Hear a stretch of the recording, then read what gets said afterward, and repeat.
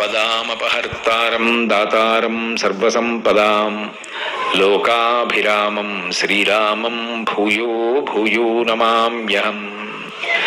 హరి ఓం. పరమేశ్వర స్వరూపైన సభకి నమస్కారం. ఔరంభాంస్యనలోలిలోంబర మహార్నాథో హిమాం సుప్పుమాన్ ఇత్యాభాతి చరాచరాత్మకమిదం యస్యైవ మూర్త్యష్టకం నాన్యకించన విద్యతే విమృశతాం యస్మాత్ పరస్మాద్ విభో తస్మై శ్రీ గురుమూర్తయే నమయిదం శ్రీ దక్షిణామూర్తయే అని శంకర భగవత్పాదులు అందులో నిన్నటి రోజున మీకు కంటికి కనపడేటట్టుగా, అంటే ఈ మాంసనేత్రంతో చూడడానికి వీలుగా భగవంతుని దర్శనాన్ని పొంది ఉపాసనలో ఇంకా ఈశ్వరుడికి దగ్గరగా జరగడానికి అష్టమూర్తి తత్వం ఎలా ఉపకరిస్తుంది అన్న నేపథ్యాన్ని ఆవిష్కరించి అందులో ఆ అష్టమూర్తి తత్వంలో మొట్టమొదటి మూర్తి అయినటువంటి పృథివీలింగం గురించి, పృథివీ స్వరూపం గురించి నిన్న మీతో మాట్లాడడం జరిగింది. రెండవది భవమూర్తి అంటారు. అంటే జల సంబంధమైనటువంటి విభూతులన్నీ మూర్తివంతమైతే, అంటే ఒక రూపాన్ని దాల్చి నిలబడితే అదే శంకరుడికి భవస్వరూపము అని పేరు. ఆ భవుడు అన్న పేరుతో ఉండేటటువంటి పరమశివుడు ఈ లోకములలో ఉండేటటువంటి సమస్త జీవరాశి యొక్క ప్రాణములు నిలబడడానికి కారణమవుతాడు. లింగపురాణం చేస్తూ వ్యాస భగవానుడు ఈ భవస్వరూపం గురించి ఒక మాట అంటాడు. సంజీవనం సమస్తస్య జగత సలిలాత్మిక భవ ఇత్యుచ్యతే మూర్తిర్భవస్య పరమాత్మనః అంటాడు. సంజీవనం సమస్తస్య, ఈ సమస్తమైనటువంటి ప్రాణికోటి దేని వలన బ్రతుకుతోందో, యథార్థమునకు ఈ ప్రాణికోటి అంతా కూడా దేని వలన ఉత్పత్తి అవుతోందో దానికి ప్రధానమైన కారణం ఏది అంటే నీరు. ఆ నీరు లేకపోతే అసలు ప్రాణికోటి నిలబడదు. ఎందుచేత అంటే వేదంలో ఒక మాట చెప్తారు, ఆపో వా ఇదగం బ్రహ్మ అని. ఆపో వా ఇదగం సర్వం. అసలు నీటిని మించినటువంటిది ఇంకొకటి లేదు, సర్వము నీరే. అందుకే అమృతం వా ఆపహ, ఆ నీరు అమృతంతో సమానం. అమృతంతో సమానమైనటువంటి నీరు ప్రాణములను నిలబెట్టడానికి కారణమవుతుంది. ఇప్పటికీ మీరు లోకంలో చూస్తుంటారు, ఎవరైనా మూర్ఛపోయారనుకోండి, వాళ్ళ దగ్గరికి తీసుకెళ్ళి ఒక యాపిల్ పండు అరటి పండు ఇస్తే వాళ్ళు లేవడం సంభవం కాదు. వాళ్ళ ముఖం మీద కాసిని నీళ్లు చిలకరించి వాళ్ళ తలని నీటితో తడిపితే, ఆ చల్లటి నీటితో తుడిస్తే వాళ్ళు తిరిగి చైతన్యాన్ని పొందుతారు. అంటే శరీరంలోంచి ఉద్గమిస్తున్నటువంటి ప్రాణములు మళ్ళీ శరీరంలోకి ప్రవేశించడానికి కూడా కారణమైనది ఏది అంటే నీరే. అనాదిగా ఋషులు ఈ నీటి యొక్క వైభవాన్ని అంత ప్రస్తుతి చేశారు. కానీ మనకి సనాతన ధర్మంలో గొప్పతనం ఎక్కడుంది అంటే అది కేవలంగా ఏదో పంచభూతాల్లో ఆ నీటి యొక్క వైభవంగా మనం కొనియాడం. ఆ నీటి యొక్క విభూతి ఏదైతే ఉందో, ఆ నీటి యందు బ్రతికించగలిగినటువంటి గుణం ఏదైతే ఉందో ఆ గుణం భగవంతుని యొక్క విభూతి. ఆయన యొక్క అనుగ్రహం ఒక రూపాన్ని తీసుకుని అక్కడ నిలబడితే అది నీరుగా మారింది అని. అందుకని భవుడు అని పిలుస్తారు. ఆ భవుని భార్య భవాని. ఆ నీటికి ఆ శక్తి కలిగి ఉండడమే భవాని రూపంగా ఉంటుంది. అందుకే పరమశివుడు భవుడుగా ఉన్నాడు, జలమునకు అధిష్టానమై ఉన్నాడు అనడానికి క్షేత్రం జంబుకేశ్వరంలో ఉన్నటువంటి జలలింగం. తిరువాణక్కోయిల్ అంటుంటారు తిరువిడి దేశంలో. ఇప్పటికీ కూడా ఆ దేవాలయంలో శివలింగం దగ్గర నీరు ఊరుతూనే ఉంటుంది. స్థలవృక్షం నేరేడు చెట్టు. చిత్రం ఏమిటంటే ఒకనకొకప్పుడు ఆ చెట్టు క్షీణించిపోయి క్రమక్రమంగా అది మరణించడానికి సిద్ధపడిపోయింది. ఇంకా ఏదో కొద్ది చిగురు మిగిలి నిట్ట నిలువున ఎండిపోయింది. ఎండిపోతున్నటువంటి సమయంలో కంచికామకోటి పీఠాధిపత్యం వహించినటువంటి మహాపురుషులు, అపర శివావతారులు చంద్రశేఖరేంద్ర సరస్వతి మహాస్వామి వారు ఆ క్షేత్ర దర్శనానికి వెళ్ళారు. వెళితే ఈ స్థల వృక్షం ఇలా నిలువున ఎండిపోతోంది, ఇది మళ్ళీ జీవించడానికి ఏం చెయ్యాలి అని అడిగారు. అడిగితే ఆయన ఆ చెట్టు దగ్గర కూర్చుని రుద్రాధ్యాయం పారాయణ చెయ్యండి అన్నారు. ఆ చెట్టు దగ్గర కూర్చుని రుద్రం పారాయణ చేస్తే మళ్ళీ ఆ చెట్టు చిగర్చి యథావైభవాన్ని పొందింది. లింగం దగ్గర ఇప్పటికీ నీరు ఊరుతూ ఉంటుంది. ఆ ఊరినటువంటి నీటిని ఎవరి మీద చల్లరు, ఎవరికీ తీర్థంగా ఇవ్వరు. ఎప్పటికప్పుడు ఆ నీరు తీసి పక్కన పోసేస్తూ ఉంటారు. ఆ నీరు ఎక్కడి నుంచి వచ్చింది అంటే దానికి సమాధానం ఏమి ఉండదు. ఈ సమస్తమైనటువంటి జలరాశిగా ఉండి లోకములను బ్రతికించేటటువంటి లక్షణము కలిగి ఉన్నవాడెవరో ఆయనే శంకరుడు. నిజానికి కేవలం శరీరాలు బ్రతకడం ఒక్కటే కాదు, శరీరములు పోషింపబడడం ఒక్కటే కాదు, ధర్మము దేనిని ఆశ్రయించి ఉంటుంది అంటే నీటిని ఆశ్రయించి ఉంటుంది. నీరు లేదనుకోండి, ఉత్తర క్షణం పోయేది అంటే ధర్మం పోతుంది. ఇందుచేత ధర్మమునకు నీటికి అంత దగ్గర సంబంధం ఉంటుంది అంటే శౌచము సిద్ధించాలి అంటే నీరు వినా మార్గం ఉండదు. నేను ఇప్పుడు ఇక్కడికి ప్రవచనానికి రావాలి అంటే ప్రవచనానికి ముందు సంధ్యావందనం చేసి కదూ రావాలి. సంధ్యావందనం చెయ్యాలి అంటే నాకు శౌచం ఎలా సిద్ధిస్తుంది? స్నానం చేస్తే. స్నానం చెయ్యాలి అంటే నాకు ఉపకరణం ఏది? నీరే. ఒకవేళ నేను స్నానం చేసి కూర్చున్న అర్ఘ్యం ఇవ్వాలి అంటే దేంతో అర్ఘ్యం ఇవ్వాలి? నీటితోనే అర్ఘ్యం ఇవ్వాలి. ఆ అర్ఘ్యం ఇవ్వకుండా అసలు సంధ్యావందనమే చేయకుండా నేను ఇక్కడికి ప్రవచనానికి రావడం కన్నా అనవసరమైన విషయం ఇంకోటి ఉండదు. ఆ సంధ్యావందనానికి ప్రాణం ఎక్కడుంది అంటే నీటితోనే ఉంది. ఆ నీరు లేకపోతే అసలు ధర్మం నిర్వర్తించడానికి ఎవరు ఏ కార్యక్రమం చెయ్యాలో ఆ కార్యక్రమం నిర్వర్తించడానికి కావలసినటువంటి స్థితి ఏర్పడదు. పైగా నీరు దొరకలేదనుకోండి, ఇక ఐశ్వర్య సంబంధం ఉండదు లోకానికి. ఒక ఊరుందనుకోండి, ఆ ఊళ్ళో ఎంతంత మేడలు కట్టుకున్న వాళ్ళు ఉండనివ్వండి, ఎంతటి ఐశ్వర్యవంతులు ఉండనివ్వండి, కుటుంబంలో ఎంతమంది సభ్యులు ఉండనివ్వండి, ఎంత బంగారం ఉండనివ్వండి, ఎన్ని పశువులు ఉండనివ్వండి, నీరు దొరకడం మానేసింది అనుకోండి, ఆ ఊరంతా విడిచిపెట్టి ఉన్న ద్రవ్యాన్ని బంగారాన్ని పట్టుకుని వెళ్ళిపోతారు. చిట్ట చివరికి 4 కాళ్లతో ఉండేటటువంటి పశువులు ఏ ఉంటాయో వాటిని వెంట తీసుకెళ్లకుండా వదిలిపెట్టి వెళ్ళిపోతారు. ఊళ్ళు దేనికి ఖాళీ అయిపోతాయి అంటే నీరు దొరకకపోతే ఖాళీ అయిపోతాయి. ఆ నీటి రూపంలో ఉండి పరమాత్మ లోకాలన్నిటినీ కూడా అనుగ్రహిస్తూ ఉంటాడు. అటువంటి నీరు లేకపోతే అసలు ఈ ప్రపంచము నిలబడదు. ఆ నీటి రూపంలో ఉండి బ్రతికించేటటువంటి లక్షణం నీటి యందు ఉండేటట్టుగా చేసిన వాడెవరో ఆయన శివుడు. అందుకే నీటి రూపంలో ఆయన ఉన్నప్పుడు ఆయన్ని భవుడు అని పిలుస్తారు. ఇటువంటి నీటి గురించి మాట్లాడుతూ వేదం ఒక మాట అంటుంది, హిరణ్యవర్ణా శుచయ పావకాయా సుజాత కశ్యపోయా స్వింద్ర అగ్నివ్యా గర్భందధిరే విరూపాస్తాన ఆపశ్యగ్శోనా భవంతు అంటుంది. బంగారు రంగు కలిగినటువంటివై ఈ నీరు ఇంద్రుడికి మాతృస్థానీయములై ఉన్నాయి. వేదంలో ఉండేటటువంటి ఇంద్రుడు వేరు, పురాణంలో ఉండేటటువంటి ఇంద్రుడు వేరు. పురాణంలో ఉండేటటువంటి ఇంద్రుడు దేవతలకి అధిపతి. పురాణంలో ఉండేటటువంటి ఇంద్రుడి యొక్క తత్వము కర్మ సిద్ధాంతాన్ని బలపరుస్తూ ఉంటుంది. అందుకే మీరు ఎప్పుడైనా కొంచెం జాగ్రత్తగా గమనిస్తే ఎవరైనా పరమనిష్టతో తపస్సు చేస్తున్న వాళ్ళు ఉంటే వాళ్ళ తపస్సు భగ్నపరచడానికి ప్రయత్నం చేసేది ఎవరు అంటే ఇంద్రుడు ప్రయత్నం చేస్తూ ఉంటాడు. ఏదో దేవలోకం నుంచి ఆ దేవవేశ్యల్ని పంపిస్తూ ఉండడం, లేకపోతే ఆ వసంత ఋతువుకి అధిపతి అయినటువంటి వాడిని పిలవడం, ఏదో కోకిల పాట పాడించడం, ఆయన యొక్క తపోభంగం చేయిస్తూ ఉంటాడు. మీరు బాహ్యంలో ఆలోచన చేస్తే ఇంద్రుడు ఎందుకు ఇటువంటి కార్యాలు చేస్తూ ఉంటాడు అని అనుమానం వస్తుంది. ఏదో శతకృత వివాసీనం నాగరాజస్య మూర్ధని అని రామాయణంలో ఒక మాట, 100 క్రతువులు చేసిన వాడు ఇంద్రుడు అవుతాడని. అందుకని 100 క్రతువులు చెయ్యకుండా చేస్తూ ఉంటాడు అని లోకంలో ఒక మాట. కానీ 100 క్రతువులు చేయకుండా అంటే 70 చేసేస్తే పొంది దగ్గర పడిపోతున్నాడని పాడు చేయొచ్చు. మొదటి యజ్ఞం మొదలెట్టినా పాడు చేస్తాడు ఆయన. ఎందుకలా? ఎందుకు ఆయనకి అటువంటి దుర్బుద్ధి అంటే దాన్ని తత్వాన్ని పరిశీలించకుండా తొందరపడకూడదు. భక్తితో కూడినటువంటి కర్మాచరణము యొక్క చరమ ప్రయోజనం ఏది అంటే జ్ఞానావిష్కరణము. అలా భక్తితో కర్మ చేసుకుంటూ వెళ్ళిపోతున్నాడు అనుకోండి, దానివల్ల అడిగితే పుణ్యం అడగాలి. పుణ్యం అడిగాడు అనుకోండి, గొడవలేదు.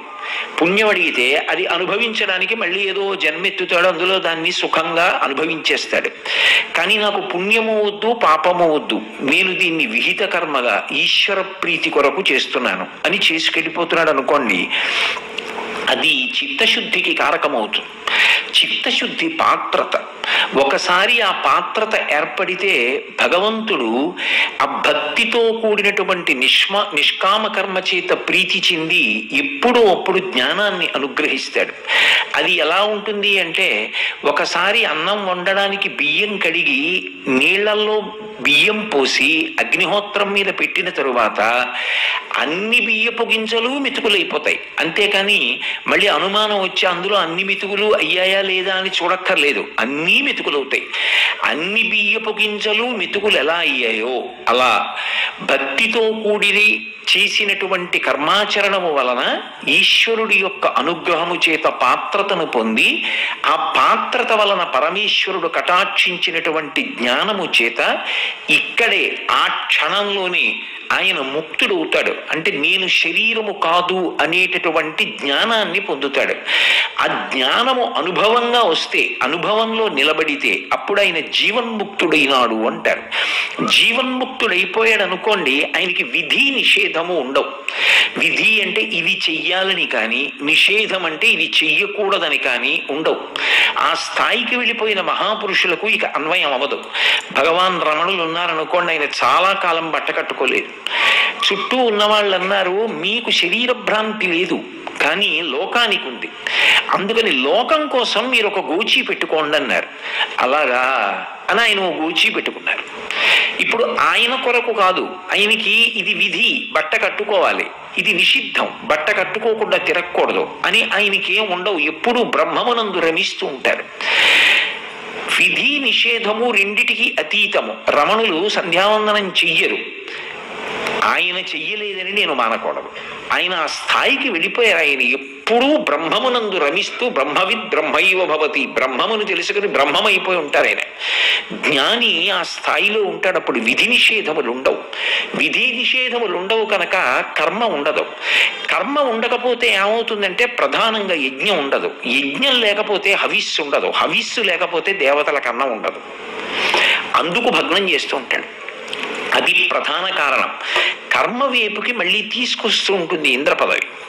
కానీ వేదంలో చెప్పబడేటటువంటి ఇంద్రశబ్దం ఏదుందో అది పురాణంలో చెప్పబడినటువంటి ఇంద్రశబ్దం కాదు. రామాయణంలో తరచుగా రాముడికి ఇంద్రశబ్దం వేస్తూ ఉంటారు, అది వేదపరమైనటువంటి ఇంద్రశబ్దం. అలాగే మీరు యజుర్వేదం అంతవరకు ఎందుకు రుద్రాధ్యాయం గమనిస్తే ఒక అనువాకం దగ్గరికి వచ్చేటప్పటికీ ఇంద్రశబ్దం అనువాకం అంతా తిరుగుతుంది. ఆయన కేవలముగా స్థితికార శక్తితో విష్ణు పరమైనటువంటి లక్షణంతో ఉంటాడు.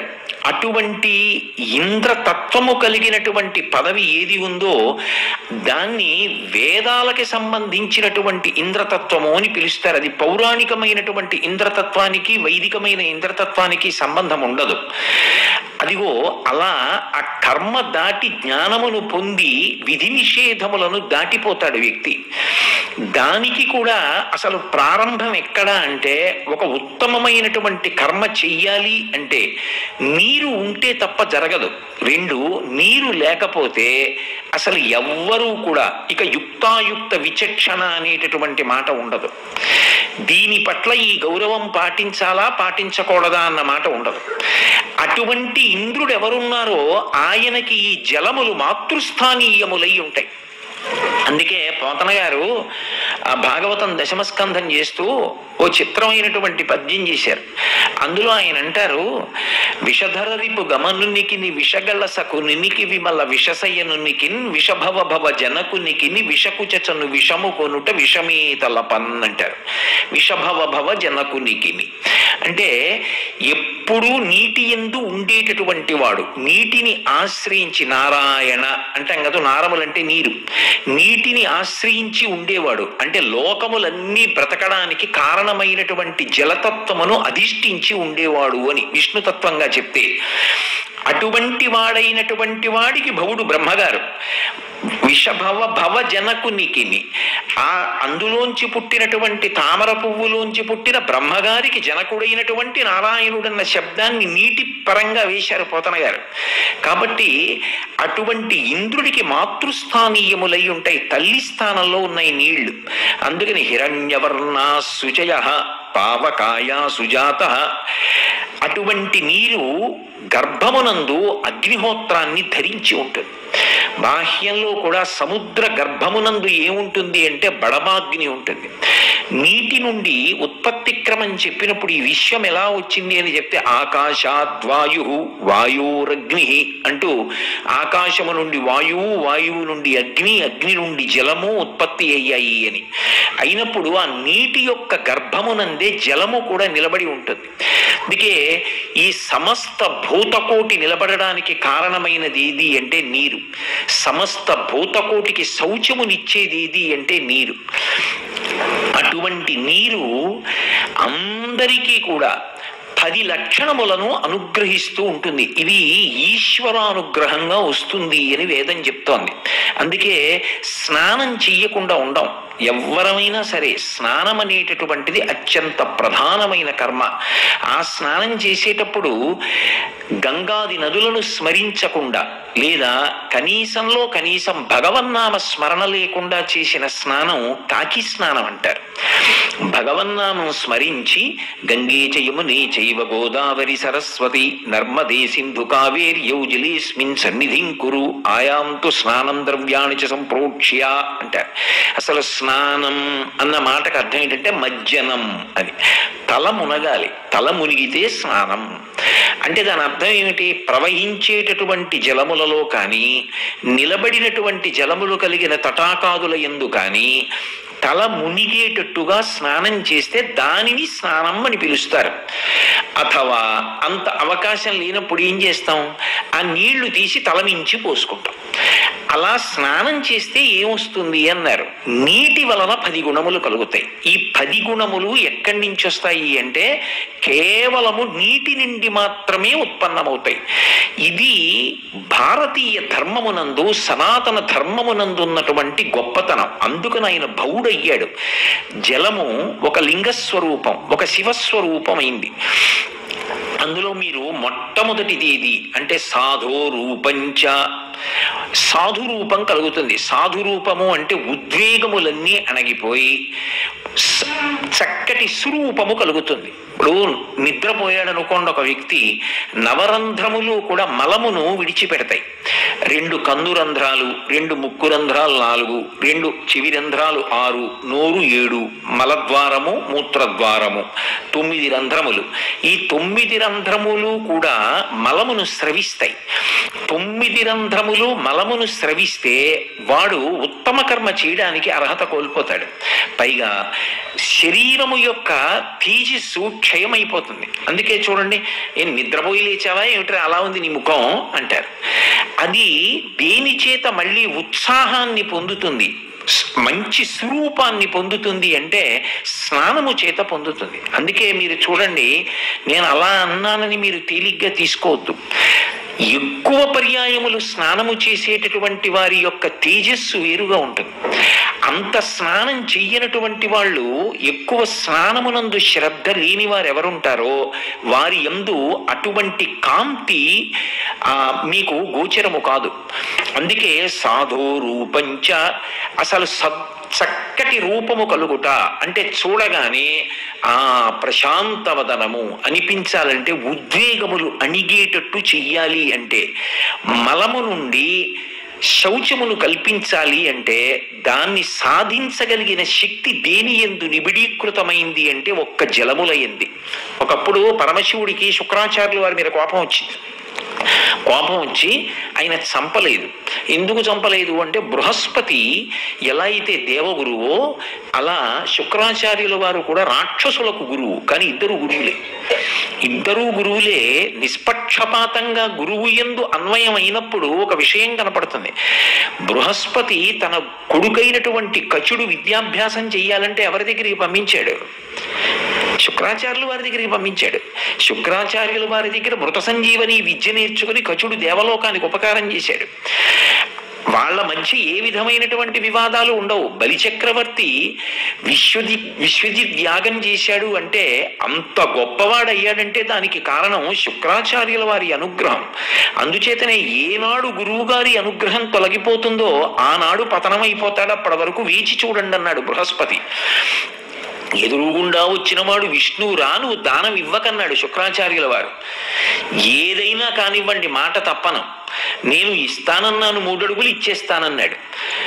ఆయన రాక్షస నీతి చెప్పాడు. వారిజాక్షులందు వైవాహికములందు ప్రాణమిత్తమాన భంగమందు జిగిత గోకులాగ్ర జన్మరక్షణమందు పలికి బొంకవచ్చు నగము పొందడదిప.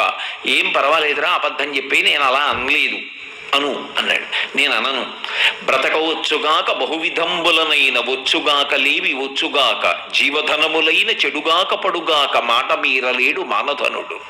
నేను మాట తప్పను, దానం చేసేస్తానన్నాడు. నువ్వు నా మాట తిరస్కరించావు కాబట్టి ఐశ్వర్యం భ్రంశం అయిపోతుందన్నాడు శుక్రాచార్యుల వారు. గురువుగారి కటాక్షం పోయింది, బలిచక్రవర్తి యొక్క ఐశ్వర్యం పోయింది. బృహస్పతి ఎంత గొప్పవాడని చెప్పాలో నిష్పక్షపాతంగా ఆలోచించినప్పుడు రాక్షస గురువైన శుక్రాచార్యుల వారు కూడా అంతే గొప్పవాడు. ఇంత గొప్పవాడైనటువంటి బృహస్పతితో తుల్యుడైనటువంటి శుక్రాచార్యుల వారు బృహస్పతి సాధించిన ఏ విషయాన్నైనా ఆయన సాధించగలడు.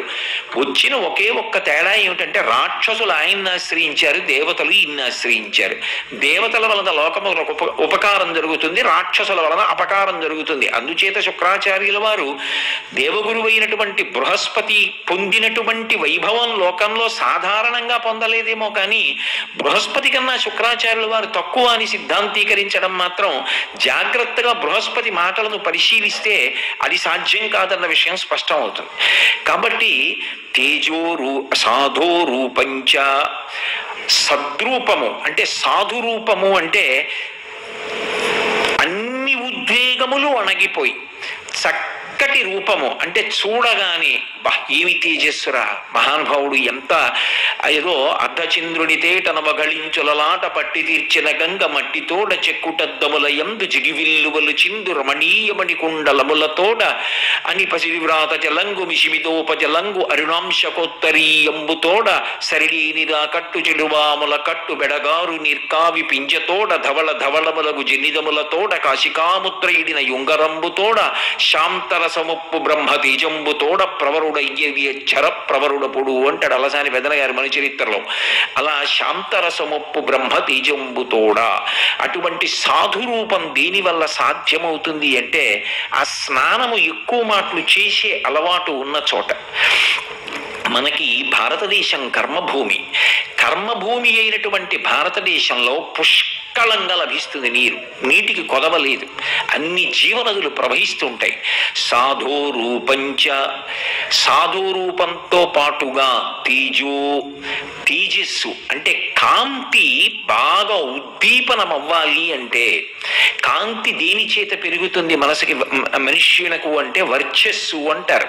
ఆ కాంతి పెరగడానికి కూర్మవాయువు బాగా తేజస్సుని సంతరించుకోవడానికి మనస్సు నిశ్చలంగా ఉండడం కారణమవుతుంది. ఆ మనస్సు నిశ్చలత్వం దేని చేత పొందుతుంది అంటే స్నానము చేత పొందుతుంది. అందుకే మీరు చూడండి, మనసు ఎక్కువ కదులుతోంది, రజోగుణ తమో గుణముల చేత కొట్టబడుతోంది అనుకుంటే వెంటనే చల్లటి నీటితో ఒకసారి స్నానం చేస్తారు. ఇప్పటికీ చల్లని నీటితో చేసినటువంటి స్నానం వలన రజోగుణ తమో గుణములతో కదిలిపోయినటువంటి మనసు స్థిమితపడి నిలబడుతుంది. అందుకే దాని వలన తేజస్సు ఉద్దీపనమవుతుంది. కాబట్టి ఆ కాంతిని పెంచే లక్షణం దేనికి ఉంది అంటే స్నానానికి. ఆ స్నానమునకు ఉపకరణం ఏది అంటే నీరొక్కటే. కాబట్టి సాధో రూపంచ తేజో బలశ్చ, శరీరమునకు బలమునిచ్చేది ఏది అంటే స్నానం. అసలు స్నానం చేసేటప్పటికే బడలిక బాగా తీరిపోయి అమ్మయ్యా అనిపిస్తుంది. వేసవి కాలంలో ఏదో శంకరాచార్యులు వారి శివానంద లహరిలో చెప్పినట్టు సంసార భ్రమణ పరితాపోపశమనం అంటారు. అలా బయట తిరిగి తిరిగి తిరిగి తిరిగి వచ్చినటువంటి వాడు ఒళ్ళు చెమట పట్టి తాపాన్ని పొంది ఉంటే ఒక్కసారి చల్లటి నీళ్లు తలమించి స్నానం చేసి తుడుచుకుని తేలిక బట్ట కట్టుకొచ్చి కూర్చున్నాడు అనుకోండి, అమ్మయ్యా అని బడలికంతా తీరి మంచి బలాన్ని పుంజుకుంటాడు. కాబట్టి బలం ఇవ్వగలిగినది ఏది అంటే స్నానం. అంతేకాదు, అసలు నదీ ప్రవాహానికి అభిముఖంగా నిలబడి చేసినటువంటి స్నానం గొప్ప తేజస్సుకి కారకమై శరీర బలం పెరగడానికి కారణమవుతోంది అని వేదం నిర్ధారించింది. కాబట్టి తేజోరూపంచ బలం, అలాగే సాధోరూపంచ తేజస్సు బలం శౌచం. శౌచము దేని చేత కలుగుతుంది అంటే ఒక్క స్నానము చేత మాత్రమే కలుగుతుంది. అందుకే స్నానం విషయంలో అన్ని మినహాయింపులు ఇస్తూ వెళ్ళిపోయింది శాస్త్రం. ప్రతిరోజు పురుషుడు తలస్నానం చెయ్యాలి, తలమించి స్నానం చెయ్యాలి. తలమించి స్నానం చెయ్యకుండా పురుషుడు ఉండడాన్ని శాస్త్రం అంగీకరించదు. ఎప్పుడు అంగీకరిస్తుంది అంటే ఏదైనా అనారోగ్యము చేత గ్రసింపబడితే, ఆయన బాధపడుతూ ఉంటే, శరీరము జ్వరపీడితమయ్యుంటే కంఠగత స్నానము. ఇక్కడి నుంచి స్నానం ఎప్పుడు అంటే ఒక్క ఆరోగ్యం బాగుండకపోతేనే. అది కూడా చెయ్యడానికి అంగీకరించకపోతే వైద్యుడు అలా కూడా స్నానం చేయకూడదు అంటే కటి ప్రాంతం నుంచి అంటే నడుం దగ్గర నుంచి స్నానం చెయ్యాలి. అది కూడా కుదరదు అంటే కాళ్ళు కడుక్కోవాలి. అది కూడా కుదరదు అంటే అప్పుడు విభూతి చల్లుకోవాలి. అది కూడా కుదరదు అంటే నారాయణ నామస్మరణం చెయ్యాలి. అథవా గోవిందా గోవిందా గోవింద అపవిత్ర పవిత్రోవా సర్వావస్థాంగతోపివా స్మరేత్ పుండరీకాక్షం సబాహ్యాభ్యంతర శుచి. తప్ప ఇన్ని మినహాయింపులు ఎందుకు ఇస్తూ వెళ్ళింది అంటే స్నాన ఫలితమును కల్పించడానికి వెళ్ళింది. స్నానమే శౌచమునిస్తుంది. శౌచము అంటే ఒక ఉత్తమ కర్మ చేయడానికి అర్హత. ఒక్కొక్క అర్హత పొందితే తప్ప ఒక్కొక్క కర్మ చెయ్యడం సాధ్యం కాదు. ఒక వ్యక్తి ఏది చదువుకోవాలో అది చదువుకుంటే తప్ప ఒక ఉద్యోగానికి అర్హుడు కాడు. అలాగే స్నానం చేసిన వాడై ఉంటే తప్ప భగవత్ సంబంధమైనటువంటి కర్మ చెయ్యడానికి అర్హత పొంది ఉండడు. ఆ శౌచము కలగాలి అంటే స్నానం ఒక్కటే మార్గం అయి ఉంటుంది. కాబట్టి శౌచం ఇచ్చిన అదే. అలాగే ఆయుష్యమారోగ్యమలోలపత్వం దుస్వప్నఘాతంచ తపశ్చ మేధా అంది వేదం. ఆయుష్యం దీర్ఘాయుర్దాయం దీని చేత కలుగుతుంది అంటే నియమంగా స్నానం చేసేటటువంటి అలవాటు ఎవరికి ఉంటుందో, స్నానం చేసేటటువంటి విధి విధానాన్ని ఎవరు పాటించి స్నానం చేస్తారో వాళ్ళు దీర్ఘాయుష్మంతులవుతారు. అందుకే ఆయుష్యమారోగ్య, ఆరోగ్యం దేని మీద ఆధారపడుతుంది అంటే స్నానం చెయ్యడంలో ఆ నిష్ట కలిగి ఏదో గబగబగబగబా స్నానం చేసి రావడం కాదు. స్నానం చేసేటప్పుడు శ్రద్ధావంతుడై. అందుకే నీరు శ్రద్ధాస్వరూపము అంది వేదం. శ్రద్ధ అంటే శంకరాచార్యులు వారు శ్రద్ధ అన్న మాటకి భాష్యం చేశారు. శాస్త్రస్య గురువాక్యస్య సత్యబుద్ధ్యావధారణ సా శ్రద్ధ కలితా సిద్ధి యా వస్తూపలభ్యతే. గురువు గారి మాట, శాస్త్రం చెప్పినటువంటి మాట పరమ సత్యములు అనేటటువంటి నమ్మకం దేని చేత కలుగుతుంది అంటే నీటి యొక్క స్పర్శ చేత కలుగుతుంది. ఆ స్నానం చేస్తే ఆ నీటి యందు ఉన్న విభూతి ఆ శ్రద్ధ కలిగేటట్టుగా చేస్తుంది. అందుకే స్నానం ఏం చేస్తుంది అంటే ఆయుష్యమారోగ్యమలోలుపత్వం. లౌల్యము అని ఒక మాట సంస్కృతంలో. లా పడింది అంటే భోగానురక్తి. వాడికి కర్తవ్యాన్ని నిర్వహించడం కన్నా ఇతర విషయముల మీద మక్కువ ఎక్కువ. ఎప్పుడూ భోగం గురించి ఆలోచన, ఎప్పుడూ తమోగుణంతో రజోగుణంతో కొట్టుమిట్టాడుతుంటాడు. మనకి యథార్థమునకు సమయపాలనని మించినటువంటి గొప్ప గుణం ఇంకొకటి లేదు. పెద్దలు వచ్చారనుకోండి, మీరు వారి పట్ల పూజ్య భావనతో ప్రవర్తించినంత మాత్రాన సరిపోదు. ఏ సమయంలో ఏది చెయ్యాలో అది చేశారా లేదా. మహాత్ములకు కూడా ఆగ్రహం దేనికి వస్తుంది అంటే చెయ్యవలసిన పని చెయ్యవలసిన సమయంలో చేయకపోతే వస్తుంది. మహాత్ములకు కోపం ఏమిటి? కర్తవ్యమకృతం కార్యం సతాం మన్యుముదీరయేత్ అని రామాయణం. మహాత్ములకు కూడా ఆగ్రహం దేని చేత వస్తుంది అంటే ఏ సమయమునందు ఏ పని చెయ్యాలో ఆ సమయమునందు ఆ పని చెయ్యాలి. అందుకే అసలు శాస్త్రం దేన్ని చెప్తుంది అంటే సమయపాలన. ఏ సమయానికి నిద్ర లేవాలి, ఏం చెయ్యాలి, ఇదే మాట్లాడుతుంటుంది. అది ఎందుకు వదలాలి అంటే ఏదో భోగం, ఇది మానేసి అది చేస్తుంటే సంతోషంగా ఉంది అందులో అది చేస్తూ కూర్చుంటాడు, ఇది మానేస్తాడు. కానీ దాన్ని లౌల్యం, ఎప్పుడు భోగములు అనుభవించాలనేటటువంటి తాపత్రయం, సమయమునందు చెయ్యవలసిన పని చెయ్యాలనేటటువంటి కర్తవ్యం నందు విముఖత. ఈ వైముఖ్యం పోయి మనిషికి కర్తవ్యమునందు నిష్ట కలగాలి అంటే అది దేని చేత కలుగుతుంది అంటే జలస్పర్శ చేత, స్నానము చేత కలుగుతుంది. నీటికి ఆ శక్తి ఉంది, అది లౌల్యమును పోగొడుతుంది. దుస్వప్న ఘాతంచ, ఏదైనా దుస్వప్నం కలిగిందనుకోండి, ఆ దుస్వప్నము యొక్క ఫలితము ప్రకాశించకుండా ఉండాలి అంటే వెంటనే లేచి స్నానం చేయడమే. అందుకే మంచం మీద కూర్చుని భగవన్నామని చెప్పడాన్ని కూడా శాస్త్రం అంగీకరించలేదు యథార్థానికి. అత్యంత హేయమైన వస్తువు ఇంట్లో ఉండేది ఏది అంటే మంచం ఒక్కటే. మంచం మీద చిట్ట చివరికి ఏది అంగీకరింపబడలేదంటే శరీర త్యాగం కూడా అంగీకరింపబడలేదు. అంతకన్నా భోగ వస్తువు ఇంకోటి లేదు. అందుకే ప్రాణం పోతోందనుకోండి, వాడంతటి వాడు మంచం దిగలేడు. అందుకే ఏం చేస్తారంటే ప్రాణం పోతోందంటే మంచం నుంచి దింపేస్తారు కిందకి. ఆ ప్రాణోత్క్రమణం అలా జరగకూడదు అని వాడు అదైన శౌచంతో వెళ్ళిపోవాలి కాబట్టి కిందకి దింపేస్తారు. అయినప్పుడు మీరు ఒక్కటి ఆలోచించండి, ఆ భోగమునకు ఎక్కడ అనుభవించాలో అక్కడ అనుభవించాలి తప్ప అది విడిచి చేయడానికి వీల్లేదు. మంచం అన్నది అంత భోగకారకమైనటువంటి వస్తువుగా చెప్పబడి అది దాని మీద కూర్చుని భగవన్నామని కూడా చెప్పరు. ఒకప్పుడు మా ఇంటికి ఒక పౌరాణికులు వచ్చారు. ఆయన పాపం మా ఊరు ఏదో ఉపన్యాసాలు చెప్పడానికి వచ్చారు. వచ్చి అకస్మాత్తుగా వారికి జ్వరం వచ్చింది. వారి భార్య గారు 2 రోజుల క్రితమే ఇంట్లో ఏదో సందర్భం ఏర్పడితే ఆవిడ వెళ్ళిపోవలసి వచ్చింది. ఎవరు వండి పెట్టేవారు లేరు. ఆయనకి చలి జ్వరం వచ్చి వణికిపోతున్నారు. నేను వారిని మా ఇంటికి తీసుకొచ్చాను. అయ్యా మా ఇంట్లో ఉండండి, ఏం పర్వాలేదు, మీరు ఇంత దూరం వచ్చారు, మీకు స్వస్థత కలిగే వరకు మేము మీ బిడ్డల్లాంటి వాళ్ళం, మేము చూస్తాను రండిని మా ఇంటికి తీసుకొచ్చాను. ఆయన పాపం వణికిపోతున్నారు. తీసుకెళ్లి మంచం మీద పడుకోబెట్టి దుప్పట్లు అవి అన్నీ కప్పాం. కప్పి ఎవరో డాక్టర్ని తీసుకొచ్చాను. ఆయన చూశారు, మందులు రాశారు. రాస్తే నేను ఆ మందులు ఆయనకి ఏమి ఆయన విని వేసుకునే స్థితిలో లేరు. ఆ మందులు తెచ్చి అవి ఏవి వేసుకోవాలో అవి అయ్యా ఇవి వేసుకోండి అని చేతిలో పెట్టాను. ఆయన ఆ స్థితిలో మంచం నుంచి కిందకి దిగి ఉత్తరీయం తీసి కింద వేసుకుని బ్రాహ్మణ పృష్ఠం నేలకి తగలకూడదని దాని మీద కూర్చుని అప్పుడు నోట్లో వేసుకున్నారు. అదేమిటండి అన్నాను నేను. అంటే ఆయన అన్నారు, మంచం మీద కూర్చుని మందు మాత్రం ఎలా వేసుకుంటాను ఆయన అన్నారు. ఎంత ధర్మం రా, చెప్పడం కాదు పాటించడం గొప్ప. మహాత్ముల జీవితాలు అలా ఉంటాయి.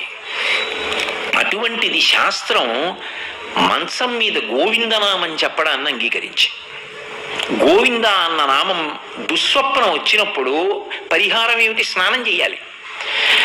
భయంకరమైన కలోటు వచ్చింది అనుకోండి, స్నానం చేస్తే దాని ఫలితం పోతుంది. కానీ స్నానం చేయలేకపోతే అంటే అది వేళ కాని వేళ అయితే, ఓ అర్ధరాత్రి వేళ అయితే అప్పుడు చేయకూడదు. అప్పుడు దుస్వప్నే స్మర గోవిందం, గోవిందనామాన్ని స్మరించమంది. ఎందుకని? గోవిందేతి సదా స్నానం. ఎవరు గోవిందనామని చెప్తున్నాడో వాడు స్నానం చేసిన వాడితో సమానం. స్నానానికి నీటికి అంత శక్తి ఉన్నది అని వేదం నిర్ధారిస్తోంది. కాబట్టి దుస్వప్న ఘాతంచ, అది లౌల్యమును పోగొడుతుంది, దుస్వప్నములను పోగొడుతుంది. తపశ్చ మేధా, తపస్సు చెయ్యడానికి యోగ్యమైన శక్తిని కల్పిస్తుంది. తపస్సు అంటే అన్ని వేళలా ఏదో అరణ్యంలోనో ఓ కుటీరంలోనో కూర్చుని ఓ బ్రహ్మదండం పెట్టుకుని దాని మీద చెయ్యి పెట్టుకుని జపమాల తిప్పడము అని నేను ప్రతిపాదిస్తున్నానని మీరు అనుకోకూడదు. శృణ్వం తపః అంది శాస్త్రం. వినడం తపస్సు. మీరు ఒక 2 గంటల పాటు భగవంతుడి మీదే దృష్టి పెట్టి వింటున్నారనుకోండి ఒక విషయాన్ని, మీరు 2 గంటలు తపస్సు చేశారు అని శాస్త్రం వేస్తుంది. 2 గంటలు నేను ఒక విషయం మీదే దృష్టి పెట్టి మాట్లాడుతున్నాను అనుకోండి భగవత్ సంబంధాన్ని, నేను ఇవాళ 2 గంటలు తపస్సు చేశాను అని నా ఖాతాలో వేస్తారు. నా ఖాతాలో అంటే జీవుడి ఖాతాలో వేస్తారు. ఈ తపస్సు చేయడానికి యోగ్యత ఎక్కడి నుంచి సిద్ధిస్తోందంటే మనసు నిలబడాలి. శరీరం రావడం గొప్పదే, అదంత తేలికైన విషయం కాదు. నిశ్చయాత్మకమైన బుద్ధి పనిచేసి భగవంతుని యొక్క అనుగ్రహ ప్రసరణము జరిగితే తప్ప తపస్సు చేయగలిగినంత శక్తిని ఎందుకు కట్టబెడతాడు? 2 గంటలు ఇవాళ తపస్సు చేసిన ఫలితం ఒకటి ఖాతాలో వెయ్యాలి అంటే దాని యోగ్యతలు చూడకుండా అవకాశం ఇస్తాడు ఈశ్వరుడు. వీడికి ఫలితం ఇవ్వచ్చా చూసి ఇస్తాడు. ఇచ్చినప్పుడు ఇక్కడికి వచ్చాడు పాపం, ఆయన తప్పేం లేదు, కానీ కులుకుతున్నాడు. ఏమిటి ఉపయోగం? కునకకుండా నిలబడి ఆ వినడం మీద మనస్సు నిలబడాలి అంటే స్నానము కారణమవుతుంది. స్నానం అంటే బాహ్యమునందు కేవలము స్నానము కాదు, నీటికి మనస్సుని నిలబెట్టే శక్తి ఉంది. అంటే నేను ఇదేదో గొప్ప కోసం చెప్తున్నానని మీరు అనుకోకండి. మా చిన్నతనంలో 4 గంటలకి నిద్ర లేపి ముందు నువ్వు స్నానం చేసి నమస్కారం చేయాలని లేపేవారు, చదువుకోమని లేపేవారు కాదు, భగవత్ సంబంధం చెప్పి నిద్ర లేపాలి. అందుకని నిద్ర లేపి నూతిగట్టు దగ్గరికి వెళ్ళి ముందు నీళ్లు పోసుకురా, ఒళ్ళు తర్వాత రుద్దుకుని స్నానం చేద్దు కానీ ముందు నీళ్లు పోసుకురా అనేవారు. చాట్తో నీళ్లు తోడి తలమించి పోసేసుకుని తుడిచేసుకుని అప్పుడు ఏదో బట్ట కట్టుకుని వచ్చి కూర్చున్న తర్వాత వీపు ఆంచడానికి వీలు లేదు, ఇలాగ గోడకి సాపేసుకుని నేల మీద కూర్చుని పుస్తకం ఇలా పట్టుకుని వెన్నుపావు నిటారుగా పెట్టి గడగడా చదువు అనేవారు. అలా కూర్చుని మనసు నిలబెట్టడానికి మళ్ళీ ఆవలింత రాకుండా చదివినది లోపలికి వెళ్ళిపోవాలి.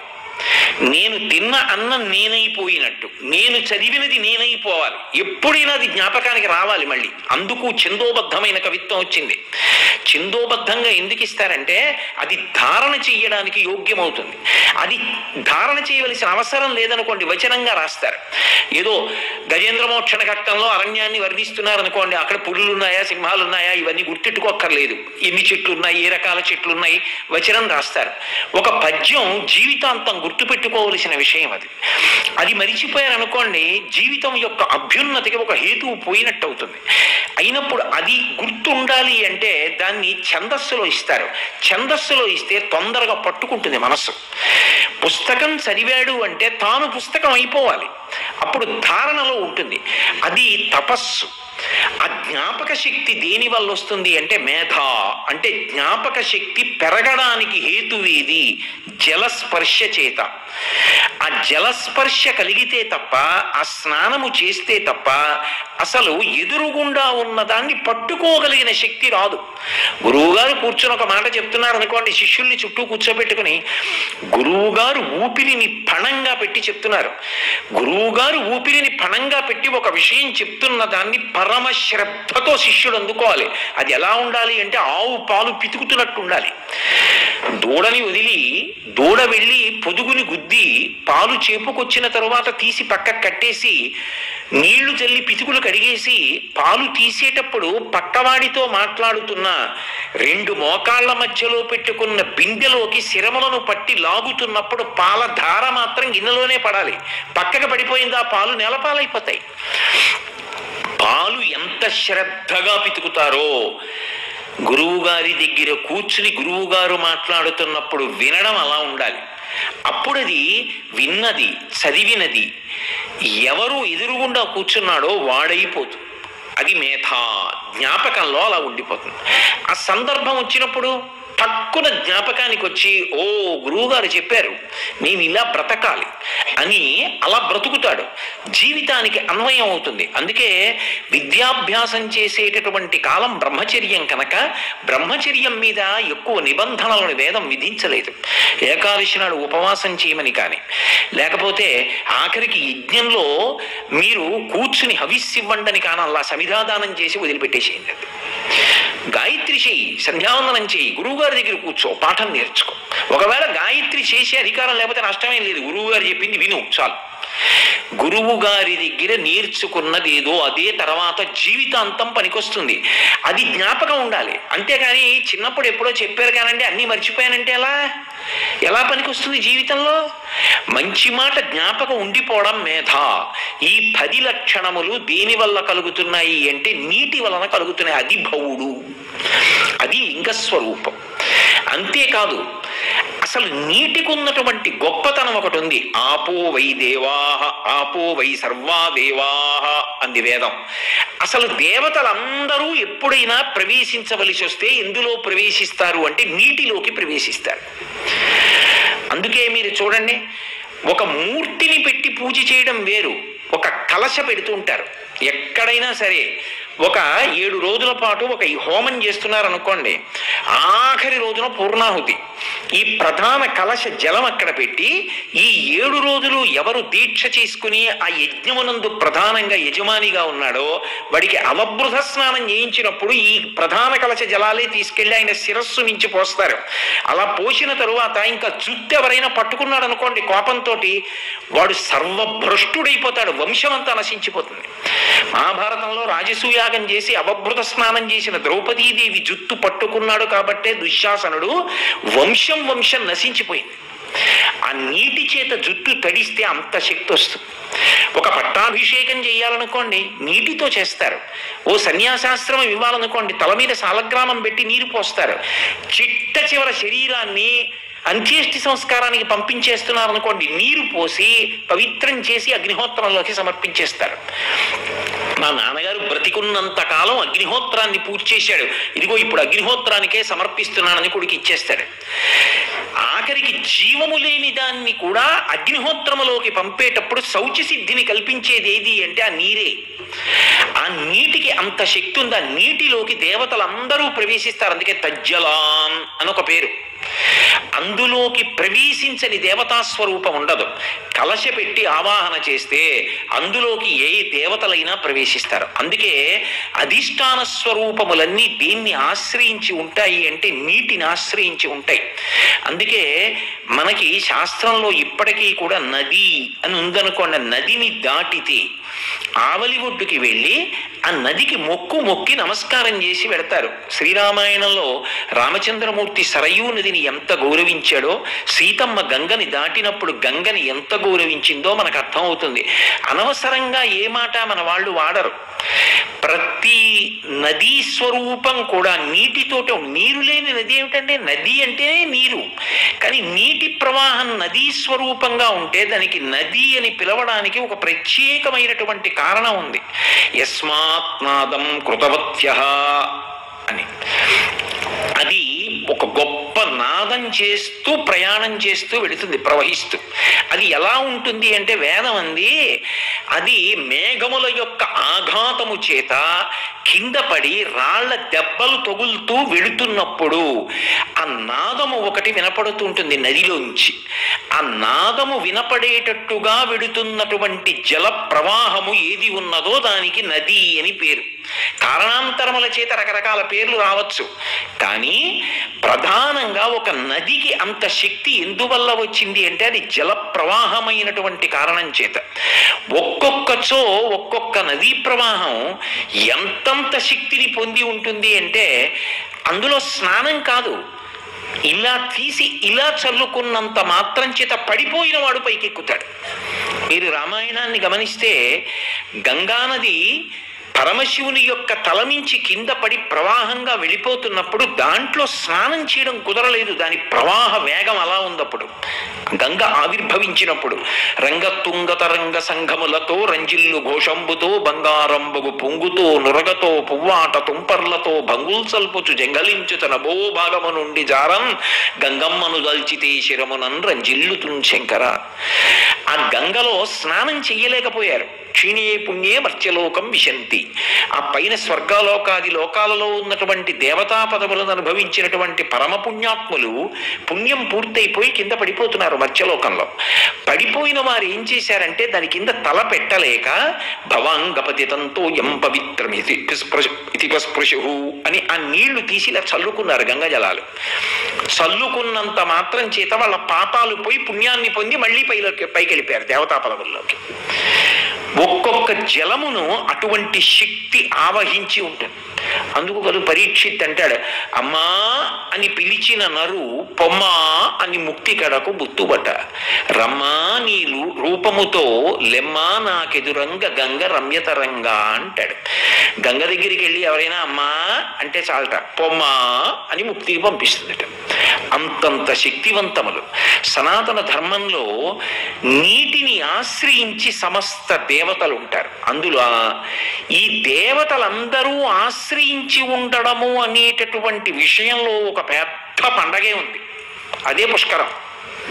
పుష్కరము అనేటటువంటి పండగ ఎందుకు వచ్చింది అంటే అసలు ఈ దేవతలందరూ కూడా నీటిలోకి వస్తారు. ఏ నీటిలోకి వస్తారు అంటే నదీ జలములలోకి ఆవాహన అవుతారు. దేని చేత? మంత్రముల కారణంగా కాదు. సాధారణంగా ఎప్పుడైనా దేవతల యొక్క ఆవాహన జరిగింది అంటే అది మంత్రబలం చేత జరుగుతుంది. స్వరం తప్పకుండా వేదంలో ఉండేటటువంటి మంత్రాన్ని ఉచ్చరిస్తే ఆ మంత్రములో ఉండేటటువంటి శబ్దశక్తి చేత దేవతలు వచ్చి ఎందులో ప్రవేశించమని అడిగామో అందులో ప్రవేశిస్తారు. యజ్ఞాది కార్యక్రమములైతే ఇచ్చినటువంటి ఆజ్యాన్ని హవిస్సుని పుచ్చుకుని తిని పెడతారు. కానీ నదికి వచ్చేటటువంటి పుష్కరాల విషయంలో సమస్త దేవతలు 12 రోజుల పాటు ఒక్కొక్క నదిలోకి ప్రవేశిస్తారు. అది ఒక గొప్ప పర్వం. అది ప్రాణికోటికి ఇవ్వబడినటువంటి గొప్ప వరం. కానీ దాని గురించిన జ్ఞానం మిగిలిన ప్రాణులకి ఎలా ఉంటుంది? మిగిలినటువంటి ప్రాణులు అంటే నా ఉద్దేశ్యం మనుష్యేతరులు అని. మనుష్యులు కాకుండా ఇతర ప్రాణులు ఉంటాయి. 84 లక్షల జీవరాశుల్లో మనుష్యుడే కాదు 83,99,999 ఇతర ప్రాణులు ఉన్నాయి. వాటికి పుష్కరాలు వస్తున్నాయని ఎలా తెలుస్తుంది? తెలిసే అవకాశం ఉండదు. కానీ దాన్ని సద్వినియోగం చేసుకోగలిగిన వాడెవరు అంటే మనుష్యుడొక్కడే. ఎందుచేత అంటే పుష్కరము అంటే 12 సంవత్సరములకు ఒక్కసారి ఒక్కొక్క నది యందు వచ్చేటటువంటి ఒక పవిత్రమైనటువంటి శక్తి ఆవిర్భావ కాలము. అది కూడా 12 నదుల విషయంలోనే అన్వయం. అన్ని నదులకి అది అన్వయం అవ్వదు. ఇది ఇలా జరగడానికి కారణం ఒకటి చెప్పింది బ్రహ్మపురాణం. తుండిరుడు అని ఒక బ్రాహ్మణుడు, ఆయన పరమశివుడి గురించి తపస్సు చేశాడు.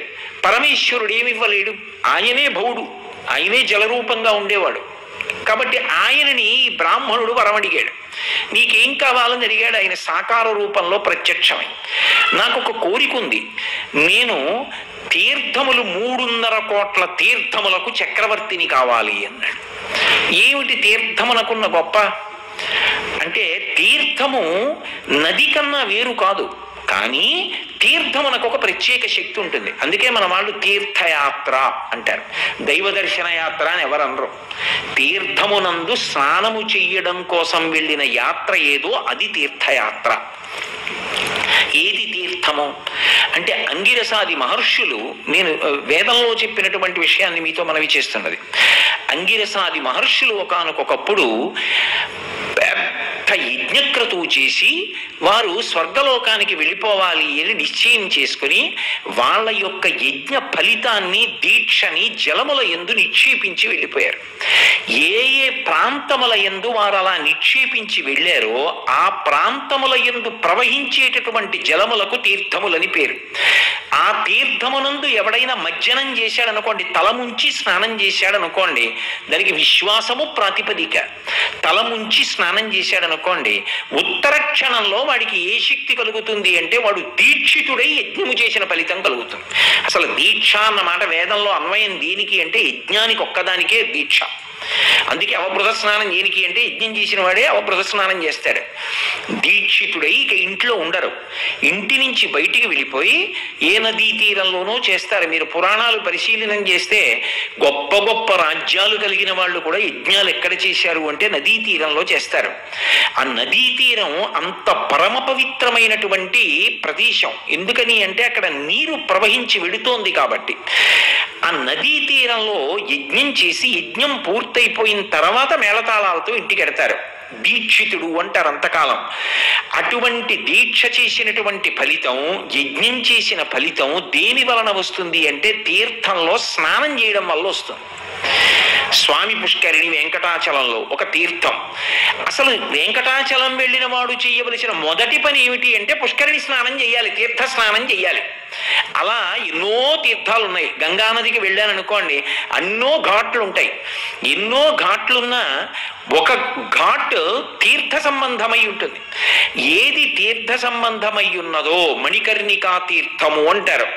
ఆ తీర్థం దగ్గరికి వెళ్ళి చేసినటువంటి స్నానము వలన దీక్షితుడై యజ్ఞం చేసినటువంటి ఫలితము వాడి ఖాతాలోకి వెడుతోంది అని వేదం నిర్ధారిస్తోంది. ఆ స్నానం చేసి వస్తే అది దేన్ని ఆశ్రయిస్తుంది అంటే పాదముల యొక్క అడుగు భాగాన్ని ఆశ్రయిస్తుంది అని. అందుకే భాగవతంలో అజామిడోపాఖ్యానంలో ఓ మాట అంటాడు యమధర్మరాజు గారు, అసలు భాగవతుల పాదధూళి సమస్త తీర్థ సారమంచు ఎరుకలేని వారి వారి వారి వారి చెందిన వారి తొలుత కట్టి తెండు దూటలారా అంటాడు. తీర్థస్నానం చేసిన ఫలితం పాదముల యొక్క అడుగు భాగాన్ని ఆశ్రయిస్తుంది నాడీ మండలాన్ని. అందుకే ఎవరైనా తీర్థయాత్ర చేసి వచ్చారనుకోండి, వెంటనే వాళ్ళు స్నానం చేసి ఉన్నారా లేదా కూడా చూడరు. ప్రయాణం పూర్తి చేసి వాహనంలోంచి దిగుతూ ఉంటేనే వాళ్ళ పాదములకు నమస్కారం చేస్తారు. ఎందుకని అంటే తీర్థమునకు అంత గొప్ప ఉంది. మళ్ళీ వెనక్కి రండి, అటువంటి తీర్థములు 300 కోట్ల తీర్థములకు నాకు చక్రవర్తిత్వం లభించాలి. నేను అటువంటి సౌభాగ్యాన్ని పొందాలి. నేనున్న ప్రదేశం అంత పవిత్రం అయిపోవాలి. కాబట్టి నాకు ఆ శక్తినిమ్మని పరమశివుణ్ణి వరమడిగాడు తుందిరుడు. నీకు పుష్కరుడు అన్న పేరుతో నేను ఆ శక్తిని ఇస్తున్నాను, నువ్వు ఇన్ని కోట్ల తీర్థములకు అధినాథుడు అవుతావని నీటి యందు నివసించి ఉండేటటువంటి శక్తిని పుష్కరుడికి కటాక్షించాడు శంకరుడు. ఈ పుష్కరుణ్ణి చతుర్ముఖ బ్రహ్మగారు ఆహ్వానించాడు. ఒకసారి నేను సృష్టి కార్యం చెయ్యాలి, నా కమండలానికి నా కమండలంలో ఉన్న జలానికి ఒక గొప్ప శక్తి ఉంటుంది. ఎందుకంటే అందుకే వేదం ఒక చమత్కారమైన మాట ఉంది, రాక్షసఘ్నము అంటే రాక్షసుల్ని చంపేదేది అంటే నీరే అంటే. ఎందుకు చంపేస్తుంది అంటే ఆ నీరు తీసి మంత్రాన్ని ఒక్కసారి జపించి ఆ నీరు చల్లాడు అనుకోండి, అవతలవాడు ఏదైనా అయిపోతాడు. అలా మీకు పురాణంలో ఎంతమంది కనపడలేదు? మంత్రశక్తి నీటిలోకి వెళ్ళి ఆ నీరు అవతలవాడిని పడగొట్టగలిగిన బ్రహ్మాస్త్రంగా మారుతుంది. అంత గొప్పది. ఇక సృష్టి చెయ్యవలసిన నా కమండలంలో ఉండే జలాలు ఎంత శక్తివంతములు కావాలి.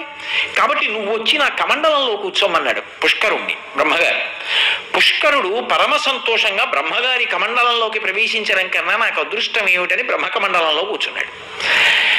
ఆ కమండల జలాలతో ఒకప్పుడు శ్రీ మహావిష్ణువు యొక్క పాదములు కడిగాడు బ్రహ్మగారు. ఇప్పుడు అంటే వామనమూర్తి ఘట్టంలో వామనమూర్తి ఇంతంతై వటుడింతై వరియుతానింతై అభో వీధిపై అంతై తోజిత మండల గ్రమణ కల్లంతై ప్రభారాశిపై అంతై చంద్రునకంతై ధ్రువునిపై అంతై మహర్వాటిపై అంతై సత్యపదోన్నతుండగుచ బ్రహ్మాండాంత సంవర్ధి అని పెరిగిపోతున్నప్పుడు తనై పుట్టిల్లిద పొమ్మటంచునడు అజుడున్ తన్నాభి పంకేరుహంబు నిరీక్షించి నటించి ఉన్నత పదంబున్ గాంచి తత్పాదచేచనముంచేస కమండలోదకములం చల్లించి తత్తోయముల్ వినివీధిన్ ప్రవహించ దేవనదిగా విశ్వాత్ము కీర్తి ప్రభన్. బ్రహ్మగారు శ్రీ మహావిష్ణువు యొక్క పాదం పైకొస్తుంటే కమండలంలో నీళ్లు చేతిలో పోసుకుని నారాయణుడి పాదములు కడిగితే ఆ కమండలంలో ఉన్న నీటి శక్తి అటువంటిది ఆకాశగంగగా ప్రవహించింది అని భాగవతం. అయినప్పుడు ఆ కమండలంలో ఉన్న జలములకు అంత శక్తి కలిగింది. పుష్కరుడికి చతుర్ముఖ బ్రహ్మగారి యొక్క కమండలంలో ఉన్న జలముల యందు కూర్చోవడంలో అనురక్తి. ఎందుకని ఆయన పరమేష్ఠి, సృష్టికర్త.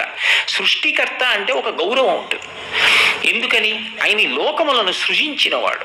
చూడండి, ఇంట్లో మా నాన్నగారు నేను ఉన్నాం అనుకోండి, ఇంటికి పట్టుకొచ్చిన వాడు శుభలేఖ ఎవరి పేరు మీద రాస్తాడు? నా పేరు మీద రాయకూడదు, మా నాన్నగారి పేరు మీద రాయాలి. ఒకవేళ మా నాన్నగారు ఇంట్లో ఉన్నా లేకపోయినా వారు ఎక్కడికన్నా తీర్థయాత్రకు వెళ్ళినా వారి పేరు మీద రాసి నాకు ఇచ్చి, బాబు మీ నాన్నగారితో కలిసి మీ అందరూ రెండని పిలవాలి. అంతేగాని మీరు రెండని మా నాన్నగారి పేరు ఎత్తలేదు అనుకోండి, నేను వాడి ఇంటికి వెళ్ళికెళ్ళను కాదు. గౌరవం ఎవరికి? ఇంటి యజమానికి. ఆయన పేరు చెప్తే చాలు, ఇంట్లో ఉన్న కుక్క పిల్ల పేరు కూడా చెప్పక్కర్లేదు గుడికెడితే. ఇంటి యజమాని పేరు చెప్పి ఆయన యొక్క ధర్మపత్ని సమేతస్య సకుటుంబస్య సపుత్రకస్య సబాంధవస్య అన్నాను అనుకోండి, ఆయన కుటుంబం ఆయన బంధువులు అందరూ అందులోకి వచ్చారు.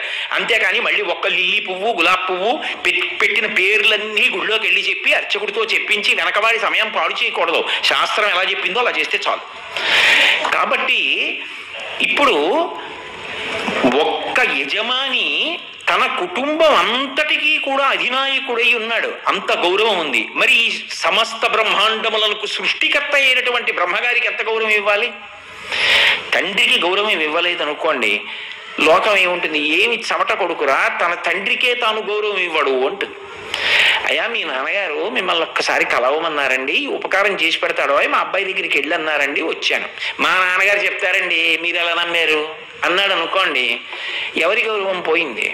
తండ్రి గౌరవం పోయింది అని మీరు అనుకుంటున్నారు. అసలు ఆ కొడుకు నంబర్ ఎవరు? ఇంకా ఓ మా నాన్నగారు చెప్పారా, తప్పకుండా నేను పరిశీలిస్తాను, తప్పకుండా నేను మీకు ఉపకారం చేయడానికే చూస్తాను అని చేసి, నాన్నగారండి అలా అస్తమానం పంపించకండి నాన్నగారు, అంతమందికి చేయడం నా వల్ల సాధ్యమా అని తండ్రికి గోప్యంగా చెప్పుకోవాలి. అంతేగాని మా నాన్నగారు అలాగే చెప్తారు మీరు ఎలా వచ్చారన్నవాడు కొడుకు ఎత్తుకవుతాడు. తండ్రి గౌరవం నిలబెట్టడం కొడుకు కర్తవ్యం అయినప్పుడు చతుర్ముఖ బ్రహ్మగారి గౌరవం అంటే అది ఎంత గొప్ప గౌరవం అయి ఉంటుంది. అందుకే మీరు చూడండి, లోకంలో ఎప్పుడైనా సరే మీరు పురాణాలని పరిశీలిస్తే ఏదైనా ఉపద్రవం వస్తే ముందు బ్రహ్మగారి దగ్గరికి వెడతారు, తపస్సు చేస్తే బ్రహ్మగారి దగ్గరికి వెడతారు.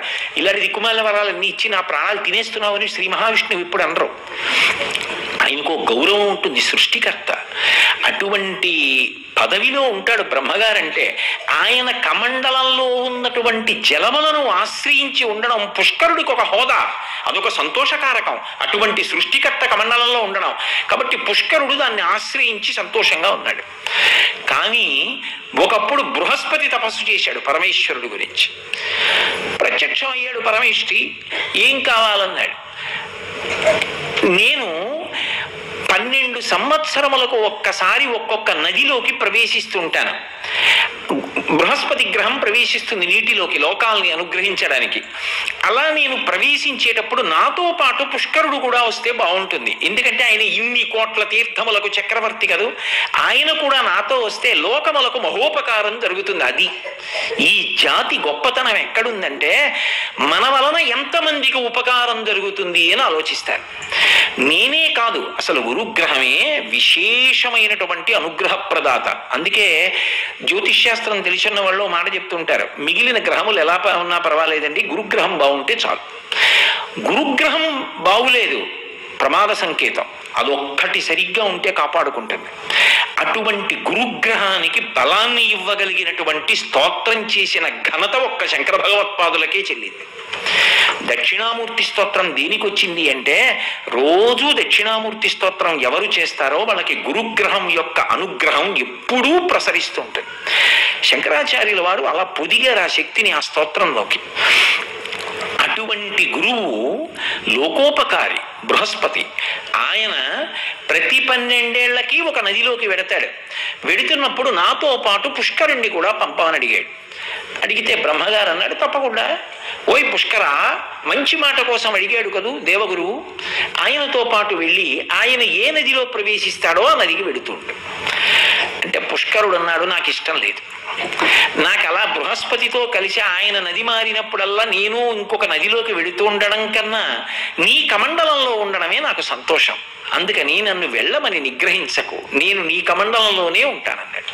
బృహస్పతి అన్నాడు, కాదు, లోకానికి మహోపకారం జరగాలి అంటే నాతో పాటు పుష్కరుడు రావాలి, అందుకని పుష్కరుణ్ణి పంపించవలసిందే.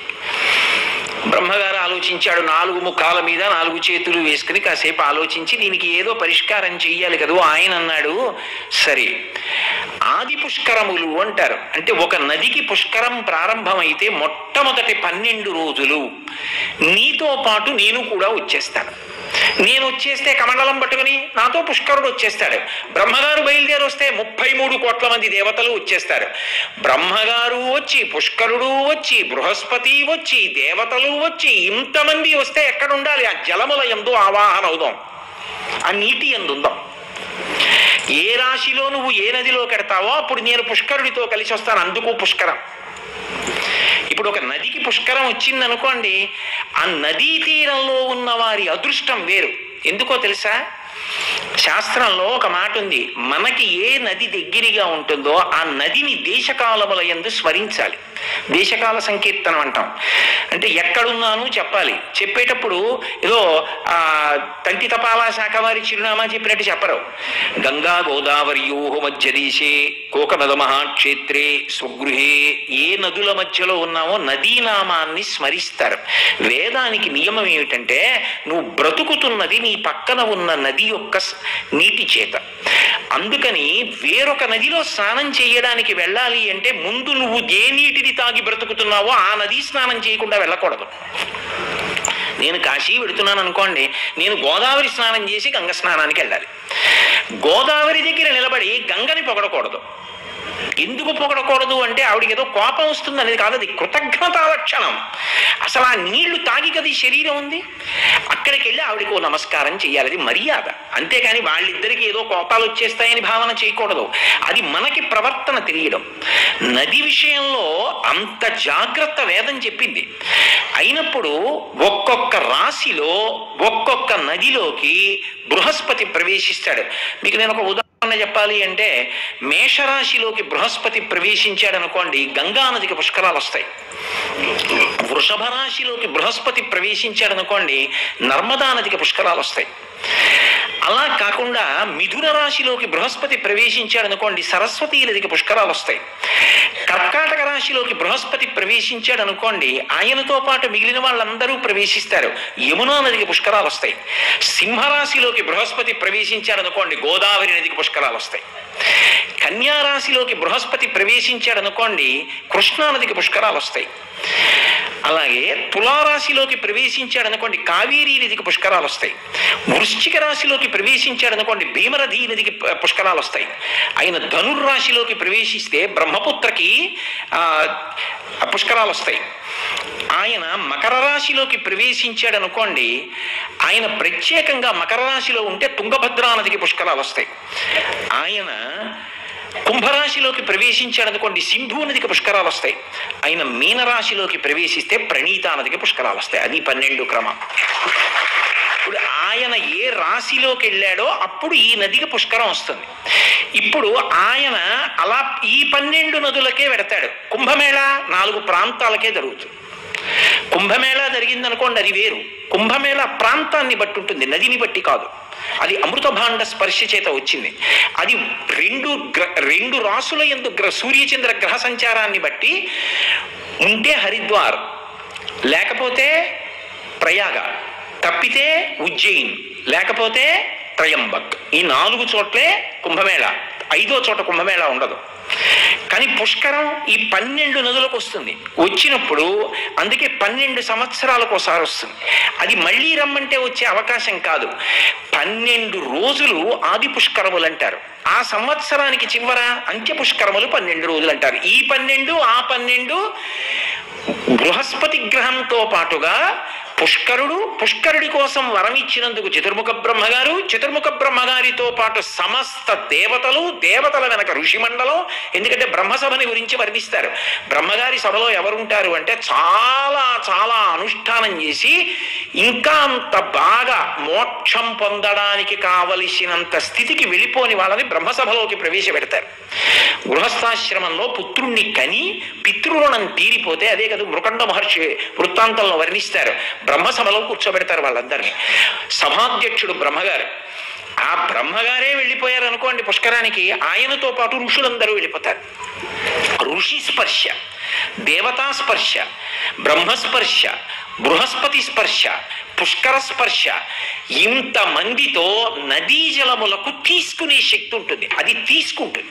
మీరు చూడండి, ఒక రాగి తీగ ఉందనుకోండి విద్యుత్తుని పుచ్చుకుంటుంది. ఒక కొయ్య ఉందనుకోండి పుచ్చుకోదు విద్యుత్తుని. ఒక్కొక్కటి తీసుకుంటుంది, ఒక్కొక్కటి తీసుకోదు.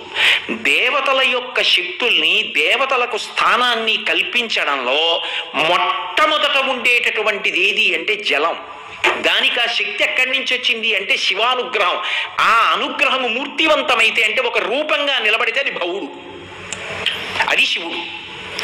కాబట్టి ఇప్పుడు నదికి పుష్కరం వస్తోంది. ఇప్పుడు గోదావరి నదికి పుష్కరాలు వస్తున్నాయి. పుష్కరాలు వస్తున్నాయి అంటే ఏమంటే మీరు ఇలా చెప్తున్నారు కదా, అలా ఉంటుందా? అలా నదికి అధిష్టాన దేవత, నది సంతోషించడం, నదీ జలాల్లోకి ప్రవేశించడం అలా ఉంటాయా? మీరు కించిత్ అనుమానం పెట్టుకోక్కర్లేదు. నదులను ఆశ్రయించి ఎందరో దేవతలు నివాసం చేస్తుంటారు.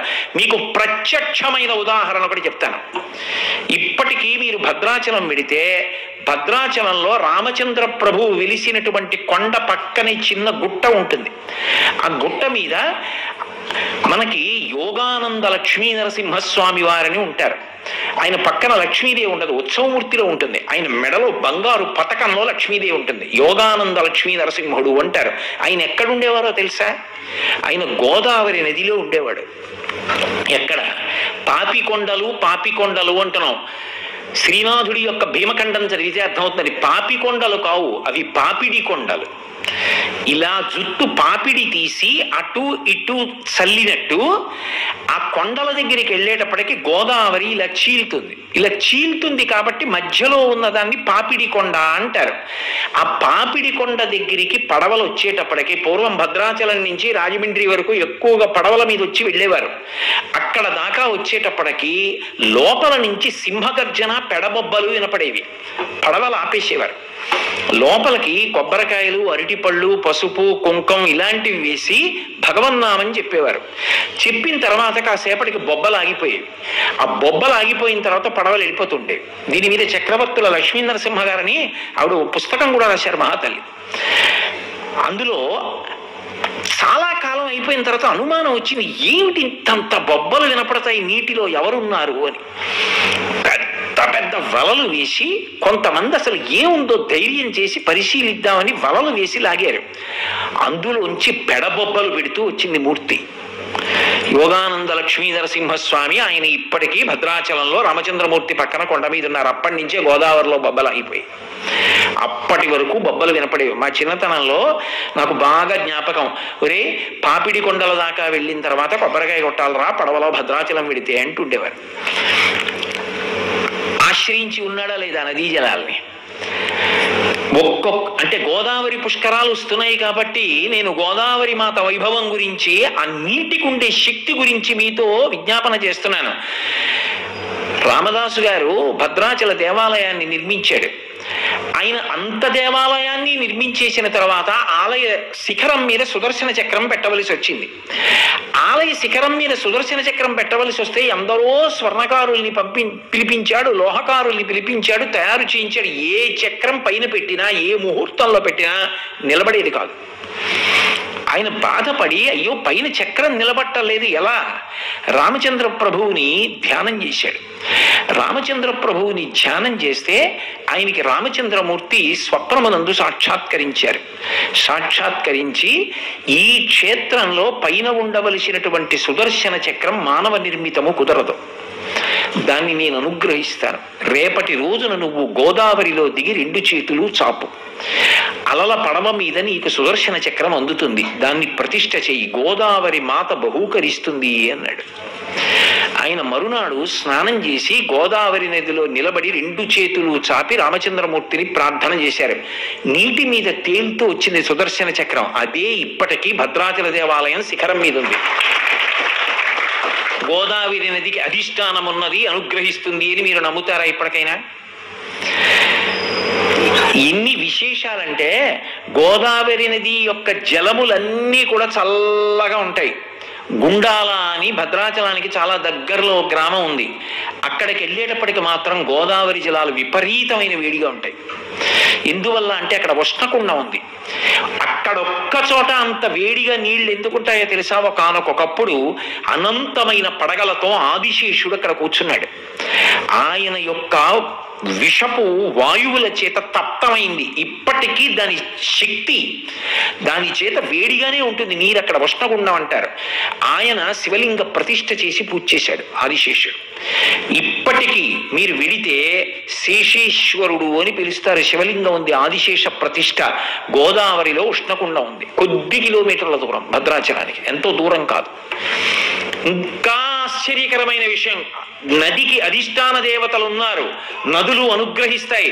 సనాతన ధర్మంలో అందుకే నదులకు అంత పెద్ద పీట వేయబడినది అన్న నా మాటని నిర్ధారించడానికి మీకు ఉదాహరణలు చూపిస్తున్నా. పబిడిఘంటం వెంకటరమణయ్య గారు ఉన్నారు, ఇప్పటికీ అంబాసత్రం అని ఉంది భద్రాచలంలో. ఆయన మహానుభావుడు. వాళ్ళ తండ్రి గారి పేరు రామసుబ్బయ్య గారు. ఆయన భిక్షాటన చేసేవారు. భిక్షాటన చేసి బిడ్డడికి అన్నం పెట్టేవారు. ఆయన విశేషం ఏమిటంటే భిక్షాటన చేసి తీసుకొచ్చినటువంటి అన్నంతో ఎందరో అతిథుల్ని పిలిచి అన్నం పెట్టేవారు ఆయన. ఈ పిల్లవాడు తండ్రిని చూసి, ఓ ఇలా కష్టపడి భిక్షాటన చేసైనా అన్నం పెట్టాలి అనుకున్నారు. అలా అనుకున్న రోజుల్లో చాలా చిన్న వయస్సులో వెంకటరమణయ్య గారు ఉండగా తండ్రి గతించారు, శరీరం విడిచిపెట్టేశారు. ఈ పిల్లవాడు ఎక్కువ మందికి అన్నం పెట్టాలని కోరిక. అన్నపూర్ణమ్మని ఉపాసన చేశాడు. చేసి చిన్నతనం నుంచి భిక్షాటన చేసి అన్నం తీసుకొచ్చి అతిథులకు పెడుతుండేవాడు. ఆయన గుంటూరులో ఉండేవారు, కాలక్రమంలో భద్రాచలం చేరుకున్నారు. ఆయన అమ్మవారి అనుగ్రహాన్ని అన్నదానం చేత ఎంత పొందారో తెలుసా? ఇప్పటికీ మీకు చూపిస్తారు ఆ ప్రాంతాన్ని. భద్రాచలం అంబాసత్రం వెనక పూర్వం చేతులు కడిగేవారు. అక్కడ నిలబడి ఆయన బంగారు గిన్నెలో పాయసం పెట్టి అంబా అని అరిచేవారు. అరిచేటప్పటికి పైనుంచి బంగారు రంగులో పాము దిగుతుండేది, వచ్చి పాయసం దాగెళ్ళేది. ఒక్కొక్కసారి ఆయన శ్రీచక్రం ఇప్పటికీ ఉంది, శ్రీచక్రాన్ని ఉపాసన చేసి ఏదైనా ఆయనకి కావలసి వస్తే మహానుభావుడు అంబా అనేవారు. మిగిలిన వాళ్ళకి గజ్జల చప్పుడు వినపడేదంతే. ఆయన అక్కడే కూర్చొని అమ్మవారితో మాట్లాడుతుండేవారు, అమ్మవారు ఆయనతో మాట్లాడుతుండేది. అంతటి ఉపాసనా బలం కలిగిన వారు అయ్యారు. ఆయన ప్రతి శ్రీరామనవమికి అన్నదానం చేసేవారు. అన్నదానం చేస్తున్నప్పుడు ఒకసారి సత్రంలో నెయ్యి లేదు, ఏదో ఎక్కడి నుంచో రావాలి, ఆ నెయ్యి రాలేదు. అందరినీ కూర్చోపెట్టిన తర్వాత నెయ్యి అభిగారం చేయకుండా అసలు ఎలా పరిశీచనం చేస్తారు? నెయ్యి కావాలి. ఆయన అన్నారు, గోదావరికి అధిష్టాన దేవత ఉన్నది, ఆవిడ నాకు అప్పిస్తుంది 2 బిందెల నెయ్యి అని 2 బిందెలు పట్టుకుని గోదావరి దగ్గరికి వెళ్ళారు. వెళ్ళి 2 బిందెలు నీళ్లలో ముంచి, అమ్మా నాకు ఉత్తినే వద్దు, 2 బిందెల నెయ్యి అప్పి, నీకు మళ్ళీ ఇచ్చేస్తానని 2 బిందెలతో నీళ్లు తీసి ఇలా ఒడ్డుకు తీశారు. 2 బిందెలు నెయ్యి అయిపోయి. ఆయన మళ్ళీ తర్వాత ఆయనకి ఒక జమీందారు గారు పంపిస్తే నెయ్యి పట్టుకెళ్ళి గోదావరిలో పోసేశారు. అమ్మా అప్పు తీర్చేస్తున్నానని. ఇంకొక విశేషం చెప్పనా? ఒకప్పుడు వంట చేస్తాను అని చెప్పి నమ్మించినటువంటి బ్రాహ్మణులు రావడం మానేశారు. తెల్లవారితే శ్రీరామనవమి వేల మంది అంబసత్రంకి వచ్చేస్తారు భోజనం చేయడానికి. ఎలా? ఆయన వెంటనే శ్రీచక్రం దగ్గర కూర్చుని అంబని ఉపాసన చేశారు. ఎవరో 2 పిల్లలు, యువకులు, దృఢకాయులు, అంతంత పొడుగైన చేతులు కాళ్ళు ఉన్నవాళ్ళు, అంతంత ఎత్తు ఉన్నవాళ్ళు వచ్చారు. ఒకడు నీలమేఘశ్యాముడై మెరిసిపోతున్నాడు, ఒకడు ఎర్రగా ఉన్నాడు. తాతగారు వంట వాళ్ళు రాలేదుట, మేము చేసి పెట్టమా అన్నారు. పెద్ద పెద్ద గుండిగలు గరిటెలు పట్టుకుని వచ్చారు. చేయగలరా అన్నారు. ఎంత వంట అయినా చేసేస్తాం, కానీ మీరు లోపలికి రాకూడదు, ఎవ్వరు తలుపులు వేసేసి వంట చేసేసి అందరూ భోజనానికి వస్తారనగా 10ంటికి తలుపులు తీసి తీసుకోండి అన్నారు. ఆ గుండిగలు ఎంతంత గుండిగలు అనుకున్నారు? 2 మనుషులు 4 మనుషులు కలిసి ఎత్తాలి, అంతంత గుండిగలు. మరి మీరు భోజనం అన్నారు. స్నానం చేసి వస్తాం గోదావరికి వెళ్ళి అని గోదావరిలో మునిగి ఇక లేవలేదు. ఆయన వెనక్కి వచ్చి, అయ్యయ్యో వంట చేసిన పిల్లలు గోదావరిలో కొట్టుకుపోయారనుకున్నారు. అమ్మవారు పలికింది, నువ్వు శ్రీరామనవమి అన్నదానానికి వంట బ్రాహ్మణులు రాలేదని బెంగ పెట్టుకున్నావని రామలక్ష్మణులు వచ్చి వంట చేశారు. ఆ గుండిగల మీద చూడు పేర్లున్నాయి, రామగుండిగా లక్ష్మణ గుండిగా అని. నేను అబద్ధం చెప్తున్నానని మీరు అనుకుంటే భద్రాచలం అంబసత్రంకి వెళ్ళండి, ఇప్పటికీ ఆ 2 గుండిగలు ఆ పేర్లతో ఉన్నాయి, అక్కడే ఉన్నాయి ఆ గుండిగలు. 4 మనుషులు కలిస్తే తప్ప ఎత్తలేరు ఇప్పటికీ. భద్రాచలంలోనే ఒకప్పుడు సీతమ్మ విగ్రహం తను పుచ్చేసుకుందాం అనుకుంది గోదావరి మాత. ఆవిడికి ఎందుకో ముచ్చట పుట్టింది, సీతమ్మని నేను తీసుకుపోతాను, నా దగ్గర పెట్టుకుంటాను అమ్మవారిని అనుకుంది. దండయాత్రకు వచ్చారు భిన్న విశ్వాసం వారు. వస్తే విగ్రహాలు ఎత్తుకుపోతారేమో అని ఉత్సవమూర్తులన్నీ తీసుకెళ్లి గోదావరి నదిలో రాళ్ల కింద దాచారు. పాప రామానుజాచార్యుల వారిని అర్చక స్వామి ఉండేవారు. ఆయన ఏదో మొత్తానికి ముందు ఓ చిన్న మట్టి గోడలా కట్టి అసలు మూర్తుల్ని రక్షించి వాటి స్థానంలో వేరు మూర్తుల్ని పెట్టారు. వచ్చిన వాళ్ళు అవే నిజమైన మూర్తులు అనుకుని వాటిని బదలగొట్టారు. ఇప్పటికీ మ్యూజియంలో పెట్టారు ఆ బదలగొట్టిన మూర్తుల్ని. ఆ తర్వాత గోడ తీసేసి వెనక ఉన్న మూర్తులకు ఆరాధన చేశారు. ఉత్సవ మూర్తుల్ని తెచ్చుకుందామని ఆయన నదికి వెళ్ళారు. ఈయన ఇలా దగ్గరికి వెళ్ళేటప్పటికీ గోదావరి ఒక్కసారి పొంగి రామచంద్రమూర్తిని, లక్ష్మణస్వామిని, సీతమ్మని తనలోకి తీసుకుపోయింది. ఉత్సవమూర్తుల్ని తీసుకుపోయింది గోదావరి మాత, నాకు ఇస్తావా ఇవ్వవా అని ఆయన హఠం చేసి, నేను ఈ ఒడ్డును నిరాహార దీక్ష చేస్తా, ఒక బ్రాహ్మణుడు అన్నం తినని పాపం నీ ఖాతాలో పడిపోతుంది ఇవ్వకపోతే అని హఠం చేసి కూర్చున్నారు. 1 రోజు అయిపోయింది, 2 రోజులు అయిపోయింది. అకస్మాత్తుగా ఈ పడవలు నడిపే వాళ్ళు పరిగెత్తుకొచ్చారు. వచ్చి, అయ్యా మేము ఇక్కడున్నాం, రమ్మను రామానుజాచార్యుల వారిని, మేము ఇక్కడున్నాం, రమ్మను రామానుజాచార్యుల వారిని మాటలు వినపడుతున్నాయి గోదావరిలోంచి, రెండని పడవలో తీసుకెళ్లారు. తీసుకెళ్లి వాళ్ళు దూకి ఆ మాటలు వినపడుతున్న చోట వెతికితే రామలక్ష్మణుల విగ్రహాలు కనపడ్డాయి, సీతమ్మ కనపడ్డా. కనపడకపోతే అయ్యయ్యో ఇదేమిటి కనపట్టలేదు అని బెంగ పెట్టుకుని రామలక్ష్మణుల విగ్రహాలే తీసుకొచ్చారు. తీసుకొచ్చి భద్రాచలంలో కళ్యాణం చేద్దామంటే సీతమ్మ విగ్రహం లేదు. ఎలా సీతమ్మ విగ్రహం దొరకట్లేదు, గోదావరి మాత ఇవ్వలేదని ఆయన మళ్ళీ గోదావరి కూర్చోడానికి వెళ్ళారు. రామచంద్రమూర్తి రాత్రి కనపడన్నారు, సీతమ్మని గోదావరమ్మ ఇవ్వదుట, ఆవిడ సీతమ్మని తన దగ్గరే పెట్టుకోవాలనుకుంటోంది, అందుకని ఇవ్వనంది. ఒక పని చెయ్యి, ఇక్కడికి దగ్గరలో కోట ఉన్నది, ఆ కోటలో ఉన్నటువంటి దేవాలయంలో సీతమ్మని తీసుకురా, ఆవిడే ఇక పైనుంచి కళ్యాణంలో మూర్తి అన్నారు. వెళ్ళి అర్చకులు తీసుకొచ్చారు. సరే దొంగతనం తీసుకొచ్చారు, అదంతా ఓ పెద్ద కథ అనుకోండి. మళ్ళీ ఇప్పటికీ సీతారామ కళ్యాణంలో సీతమ్మ ఆవిడే, అసలు సీతమ్మ గోదావరిలో ఉంది ఇప్పటికీ. గోదావరి మాత తీసుకుంది. నదులకు అధిష్టానములు ఉంటాయని చెప్పడానికి నేను చెప్పిన ఇవి చాలా, ఇంకా చెప్పాలా? నదులు అంత తేలిక విషయాలు కావు. వేదం అందుకే నది పేరు చెప్తే 2 చేతులు ఎత్తి నమస్కారం చేసింది. నది బతికిస్తుంది, నది కోరిక తీరుస్తుంది. నది ఇన్ని కోట్ల మంది దేవతలకి ఆవాహన పలుకుతుంది, స్వాగతం పలుకుతుంది. అందుకే ఆ పుష్కర కాలమునందు ఎవరు వెళ్ళి స్నానం చేస్తారో వాడు దేశాన్ని కాలాన్ని సద్వినియోగం చేసుకున్నవాడు. ఎందుకని? ఏదో గోదావరి పరివాహక ప్రాంతంలో నేను ఉన్నాను అనుకోండి, సద్వినియోగం చేసుకున్నాను అన్న మాటకు అర్థం ఏమిటి? ఆ కాలమునందు అన్ని కోట్ల మంది దేవతలు ఆ నదిలోకి ప్రవేశిస్తే అప్పుడు వెళ్ళి నేను ఒక్క స్నానం చేశాను అనుకోండి, శాస్త్రం అంది యజ్జన్మ కృతం పాపం, జన్మ ప్రారంభం నుంచి చేసిన ఎన్ని పాపములైనా ఒక్కొక్క కాలం అలా ఉంటుంది. చూడండి, రిపబ్లిక్ డే వస్తోంది, కారాగారంలో సద్బుద్ధి కలిగిన వారిని కొంతమంది ఖైదీల్ని విడిచిపెట్టేస్తున్నాం అంటుంది ప్రభుత్వం. అలాగే దేవతలు కూడా ఏం చేస్తారంటే మంచి బుద్ధి కలిగి ఇప్పుడు భగవంతుని యందు విశ్వాసం కలిగి పుష్కరాల్లో స్నానం చేసిన వాడు చేసిన పాపాలు తీసేస్తాం. నువ్వెందుకు గుడ్డలు బాదుకుంటావు? వాళ్ళు అనుగ్రహించారు, మనం అనుగ్రహించట్లా? ఒక్కొక్కప్పుడు అలా దేవతలు అనుగ్రహిస్తారు. కాబట్టి ఎవరు పుష్కరమునందు స్నానం చేస్తున్నాడో ఆ నమ్మకంతో వాడు జన్మ పర్యంతం చేసిన పాపములు దగ్ధమవుతాయి. వాడు స్త్రీయా పురుషుడా సంబంధం లేదు. 2 పితృదేవతలు తరిస్తారు. అందుకే ఈ 12 రోజులు దానం చెయ్యవలసినటువంటి పదార్థముల యొక్క జాబితానిచ్చింది శాస్త్రం.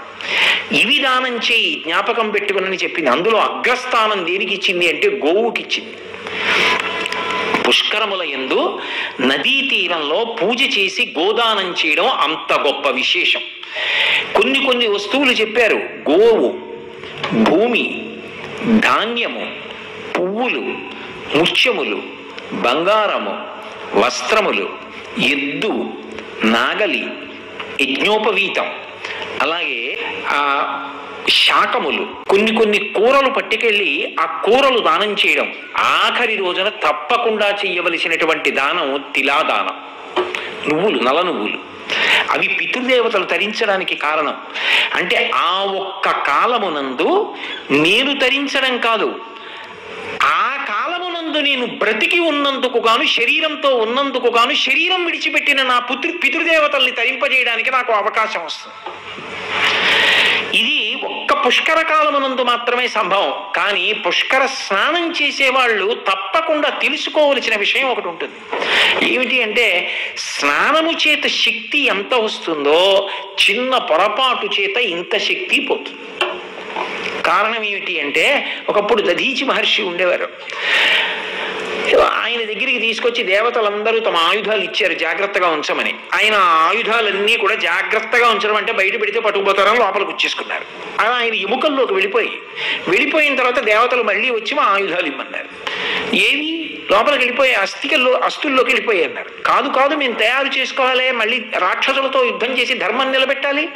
ఆయన అయితే ధర్మాన్ని నిలబెట్టడానికి ప్రాణత్యాగం చేసేస్తాను, నా శరీరం వదిలేస్తాను, నా ఎముకలు తీసుకుని మళ్ళీ మీ ఆయుధాలు తయారు చేసుకోండి. నైమిషారణ్యంలో ఇప్పటికీ దేవాలయం కనబడుతుంది.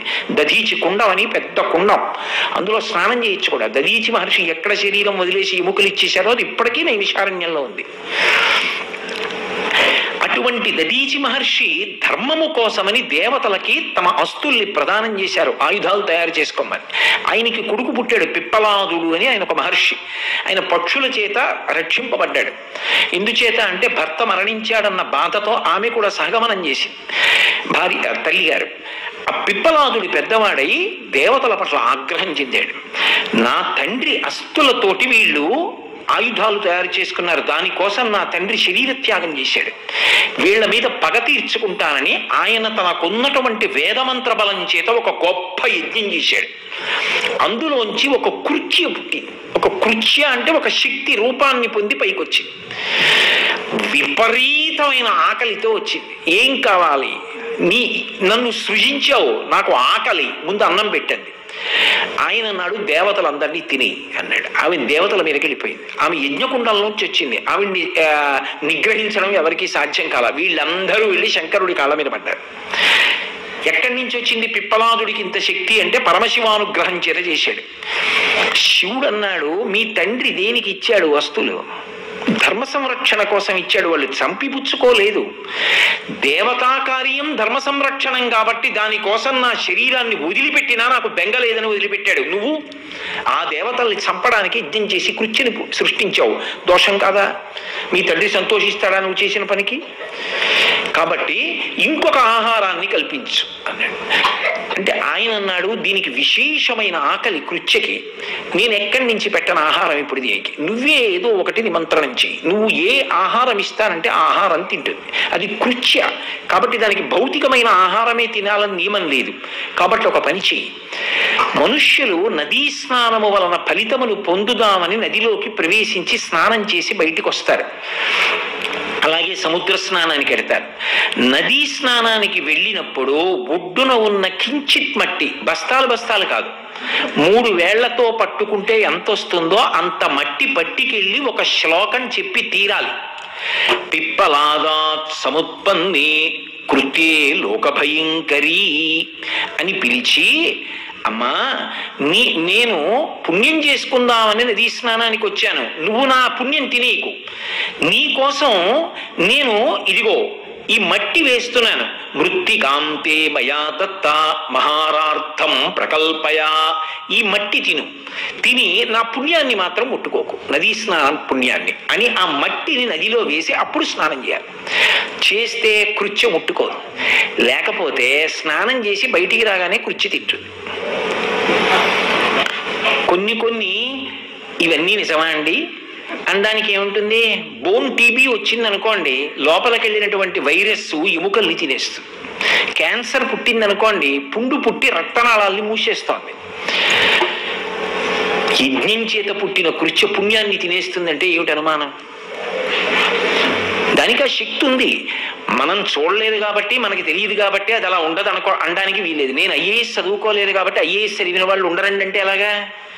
నేను చదవలేదు ఐఏఎస్, కానీ ఆ శ్రద్ధతో చదువుకున్న వాళ్ళు ఉన్నారు లోకంలో.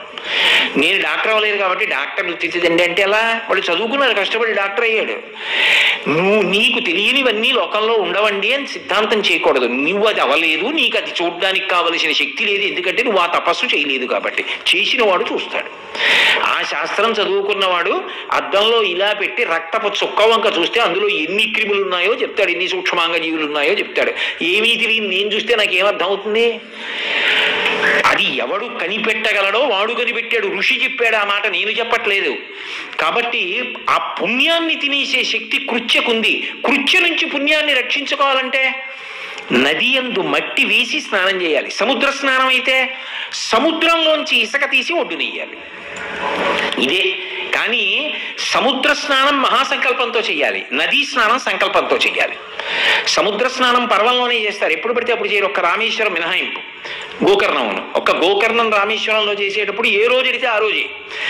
కానీ మిగిలిన చోట్ల పర్వం అయితేనే, ఏదో చొల్లంగిలో స్నానం చేస్తానండి, విశాఖపట్నంలో స్నానం చేస్తానండి అంటే పర్వం అయితే చేస్తారు. ఒకప్పుడు విజయవాడ నుంచి నిత్యాగ్నిహోత్రీకులు మా ఇంటికి బ్రాహ్మణులు వచ్చారు. వాళ్ళు ఏదో కార్యం మీద వచ్చి వాళ్ళు నేనేదో పళ్ళు ఇచ్చాను. వాళ్ళు అన్నారు, ఇవాళ మహాపర్వం కదండి, పౌర్ణమి, సముద్ర స్నానం చేసి అప్పుడు తింటాం, ఏమనుకోకండి పళ్ళు పట్టుకుపోతామని వెళ్ళి సముద్ర స్నానం చేసి వాళ్ళు అనుష్ఠాదులు పూర్తి చేసుకుని పళ్ళు తినప్పుడు వెళ్ళారు. పర్వంలో సముద్ర స్నానం. ఆ సముద్ర స్నానం చేసేటప్పుడు మహాసంకల్పం చెప్పే చెయ్యాలి. మహాసంకల్పం చేయకుండా లఘు సంకల్పం చెప్పి సముద్ర స్నానం చేయరు. అది మనకి రాకపోతే కనీసం మహాసంకల్పం చెప్పేవాడిని మనతో తీసుకెళ్ళాలి. నదీ స్నానం సంకల్పరహితంగా చేస్తే కాకి స్నానం అవుతుంది. కాకి అంటే నీళ్ళలో చూడండి ఇలా మునిగి నీళ్ళే అంటుంది, అలా ఉంటుంది ఆ స్నానం. సంకల్పంతో చెయ్యాలి. సంకల్పం అంటే దేశకాల సంకీర్తనం. అది రాదండి అనడానికి ఏమి ఉండదు అందులో. దేశకాల సంకీర్తనం రాదండి అంటే వాడు ఎప్పుడూ పూజ చేయలేదని గుర్తు. అలా 10 మందిలో చెప్పుకోకూడదు, బాగుండదు.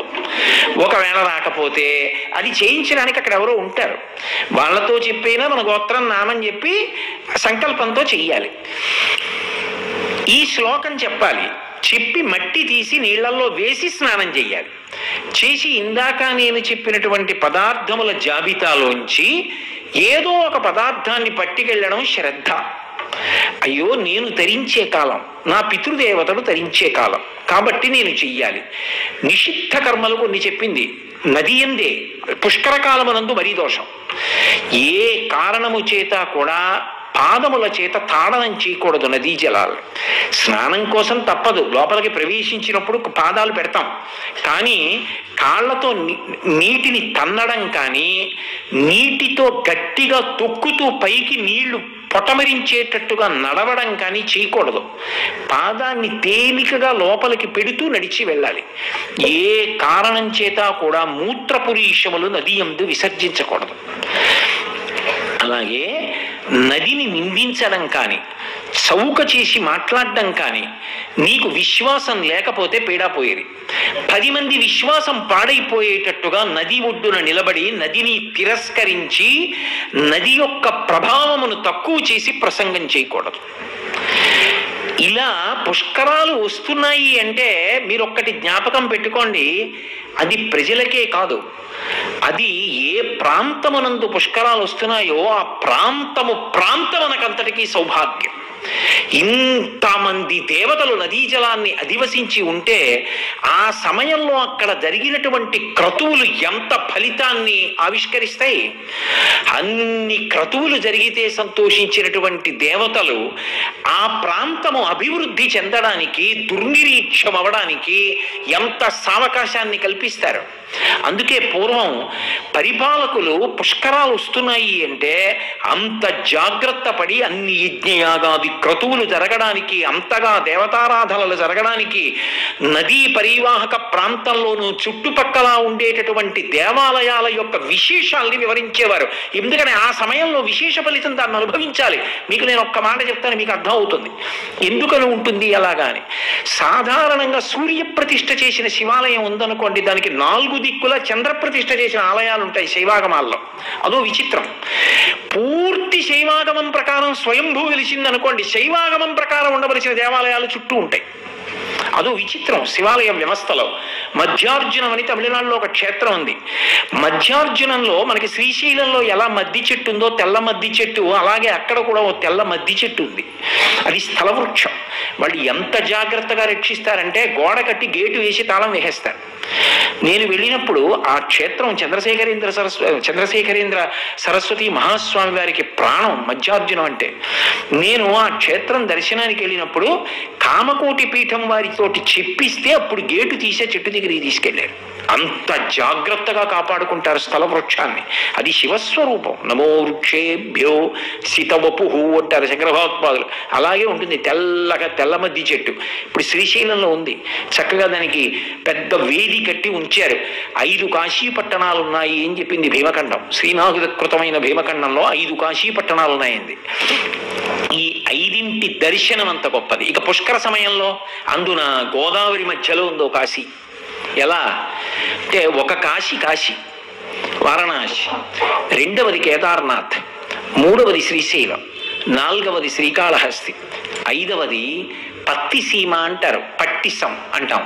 పట్టిసం అది దేవకూటము అంటారు. గోదావరి మధ్యలో ఉంది కొండ, దాన్ని దేవకూటం అంటారు. అంటే దేవతలందరూ అక్కడికి వస్తారని. దాని మీద విరిచి ఉంటాడు స్వామి. అది పట్టిసం. అది 5వ కాశీ.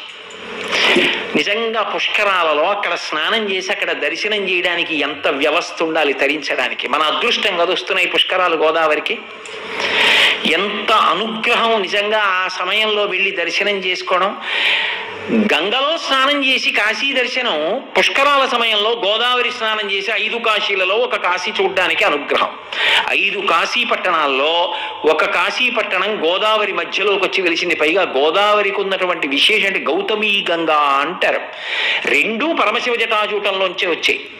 ఒకటి భగీరథుడు ప్రార్థన చేస్తే వచ్చి 3గా ప్రవహించింది. మందాకిని, భాగీరథి, భోగవతి అని 3 పేర్లతో, ఒకటి ఆకాశగంగా, ఒకటి భూమి మీద, ఒకటి పాతాళ గంగగా ప్రవహించింది.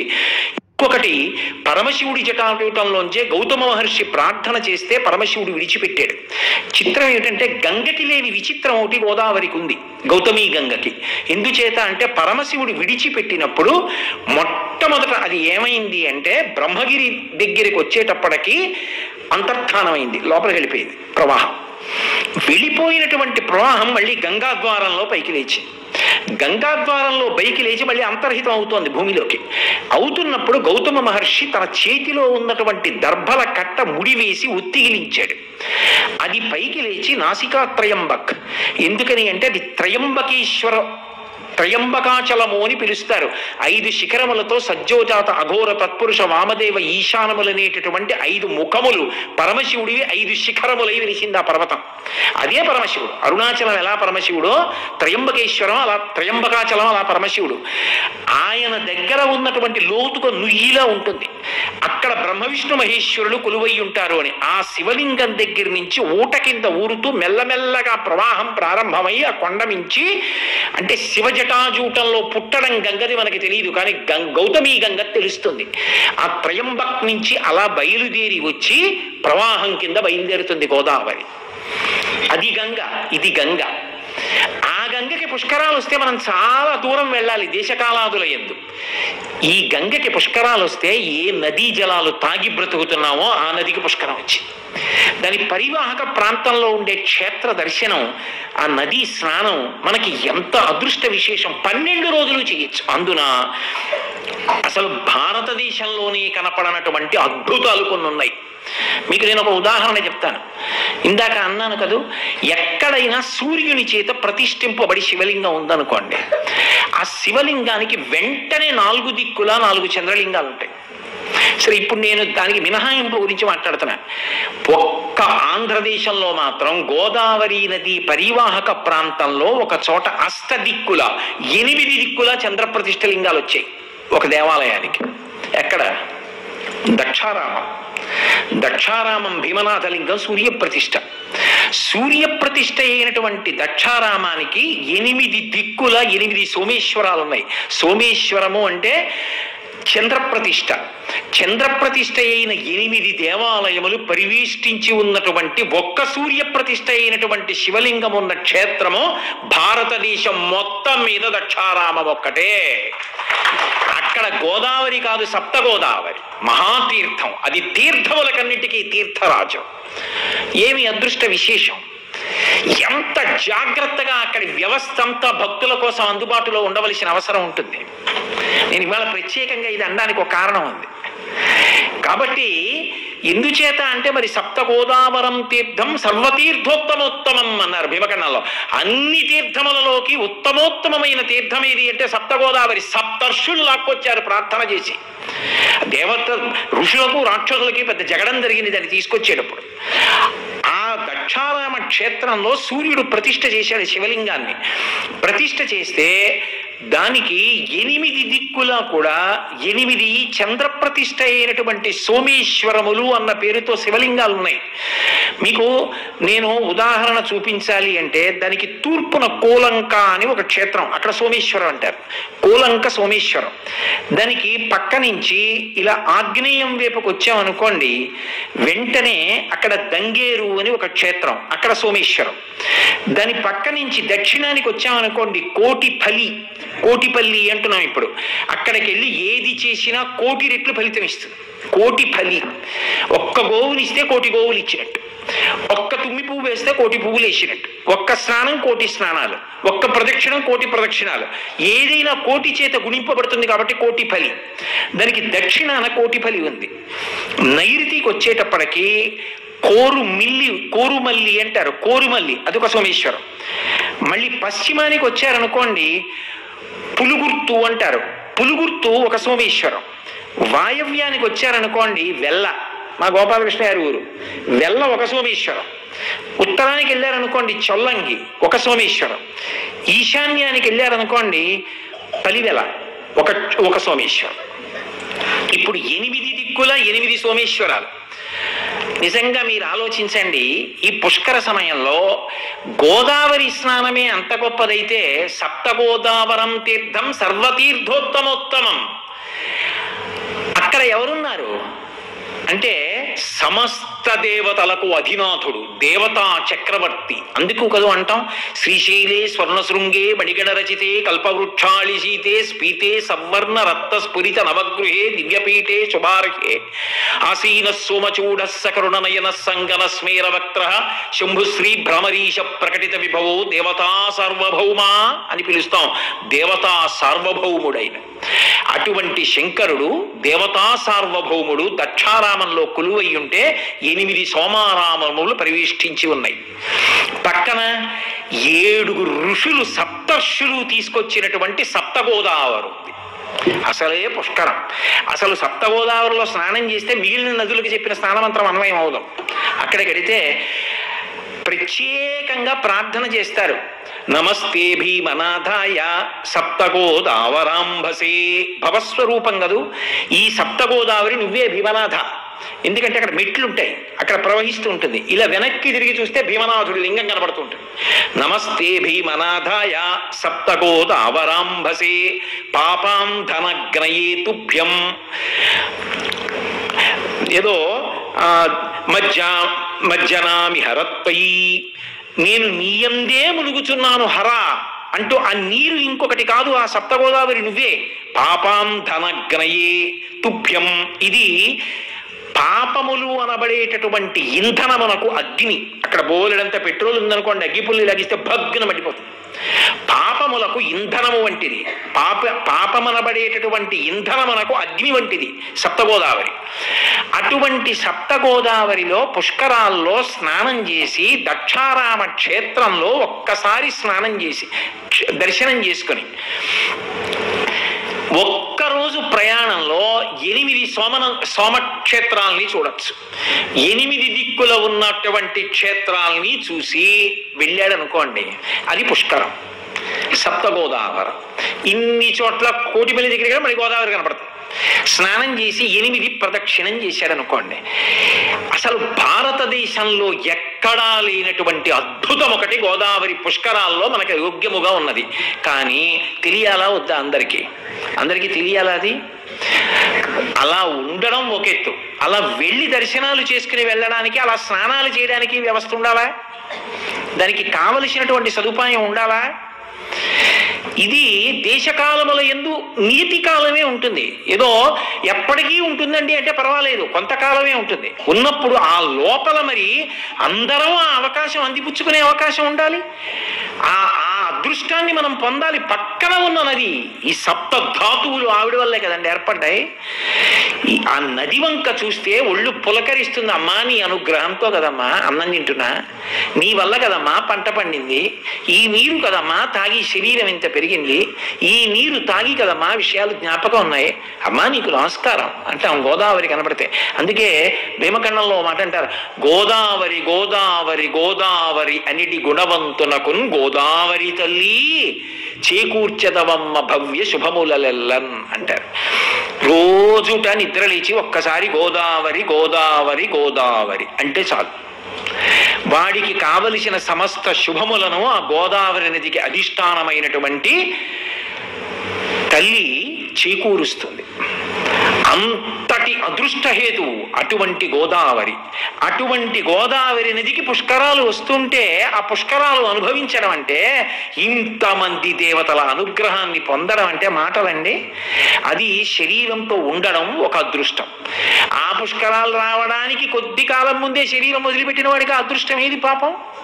శరీరంతో ఉన్నాం ఒకటి, ఈ ప్రాంతంలో ఉండి ఆ నదీ జలాలు తాగి బ్రతికాం. అన్నిటిని మించి నాకు తెలిసినంత వరకు బహుశా గోదావరి నది ఒడ్డున ఉన్నటువంటి పరమ ప్రాచీనమైనటువంటి క్షేత్రములు మీకు బహు తక్కువ నదుల విషయంలో మాత్రమే కనపడతాయి. నేను ఈ మాట ఎందుకంటున్నానో తెలుసా? తూర్పుగోదావరి జిల్లాలోనే కుండలీశ్వరం అని ఒక క్షేత్రం ఉంది. నేను ఒకప్పుడు కాశీ వెళ్ళాను. వెళితే కాశీలో ప్రధాన అర్చకుడు నన్ను అడిగాడు, కుండలీశ్వరంలో దర్శనం చేసుకున్నారా అని అడిగాడు. సరే ఏదో చేశానండి చెప్పాననుకోండి. చాలా మంది కుండలీశ్వరం చూడకుండా కాశీ వస్తారు ఎందుకండి అన్నాడు. ఆయన అన్నాడు, కాశీలో ఉన్న మేము కుండలీశ్వరం దర్శనానికి వస్తాం, అక్కడ ఉన్న వాళ్ళు కుండలీశ్వరం దర్శనం చేయకపోతే ఎలా అన్నాడు. మార్కండేయ స్తుతిలో చంద్రశేఖరాష్టకంలో ఉంది కుండలీశ్వరుడు గురించి. కుండలీకృత కుండలేశ్వర కుండలం వృషవాహనం నారదాది మునీశ్వర స్తుత అని మార్కండేయుడు స్తవం చేశాడు. ఇప్పటికీ శివలింగం యొక్క పైభాగం మకర కుండలం ఎలా ఉంటుందో అలా ఉంటుంది, అందుకు కుండలీశ్వరం.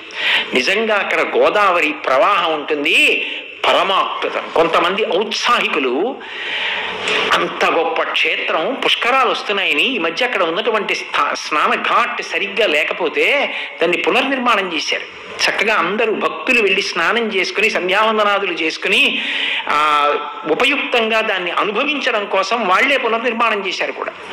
మంచిదే, నేనేం దోషం అంటలేదు. అన్నీ ప్రభుత్వమే చేయాలని ఎక్కడుంది? ప్రభుత్వం మాత్రం ప్రజల కోసమే చేస్తుంది, ప్రజల సహాయంతో చేస్తుంది. ప్రభుత్వానికి బాసటగా నిలబడవలసింది మనం కాదు. అయినప్పుడు కొన్ని మనం స్వీకరించేటువంటి అదొక గొప్ప అదృష్టం. అటువంటి సమయంలో ఒక స్నానఘాట్ కట్టడం కన్నా అదృష్టం ఏముంటుంది?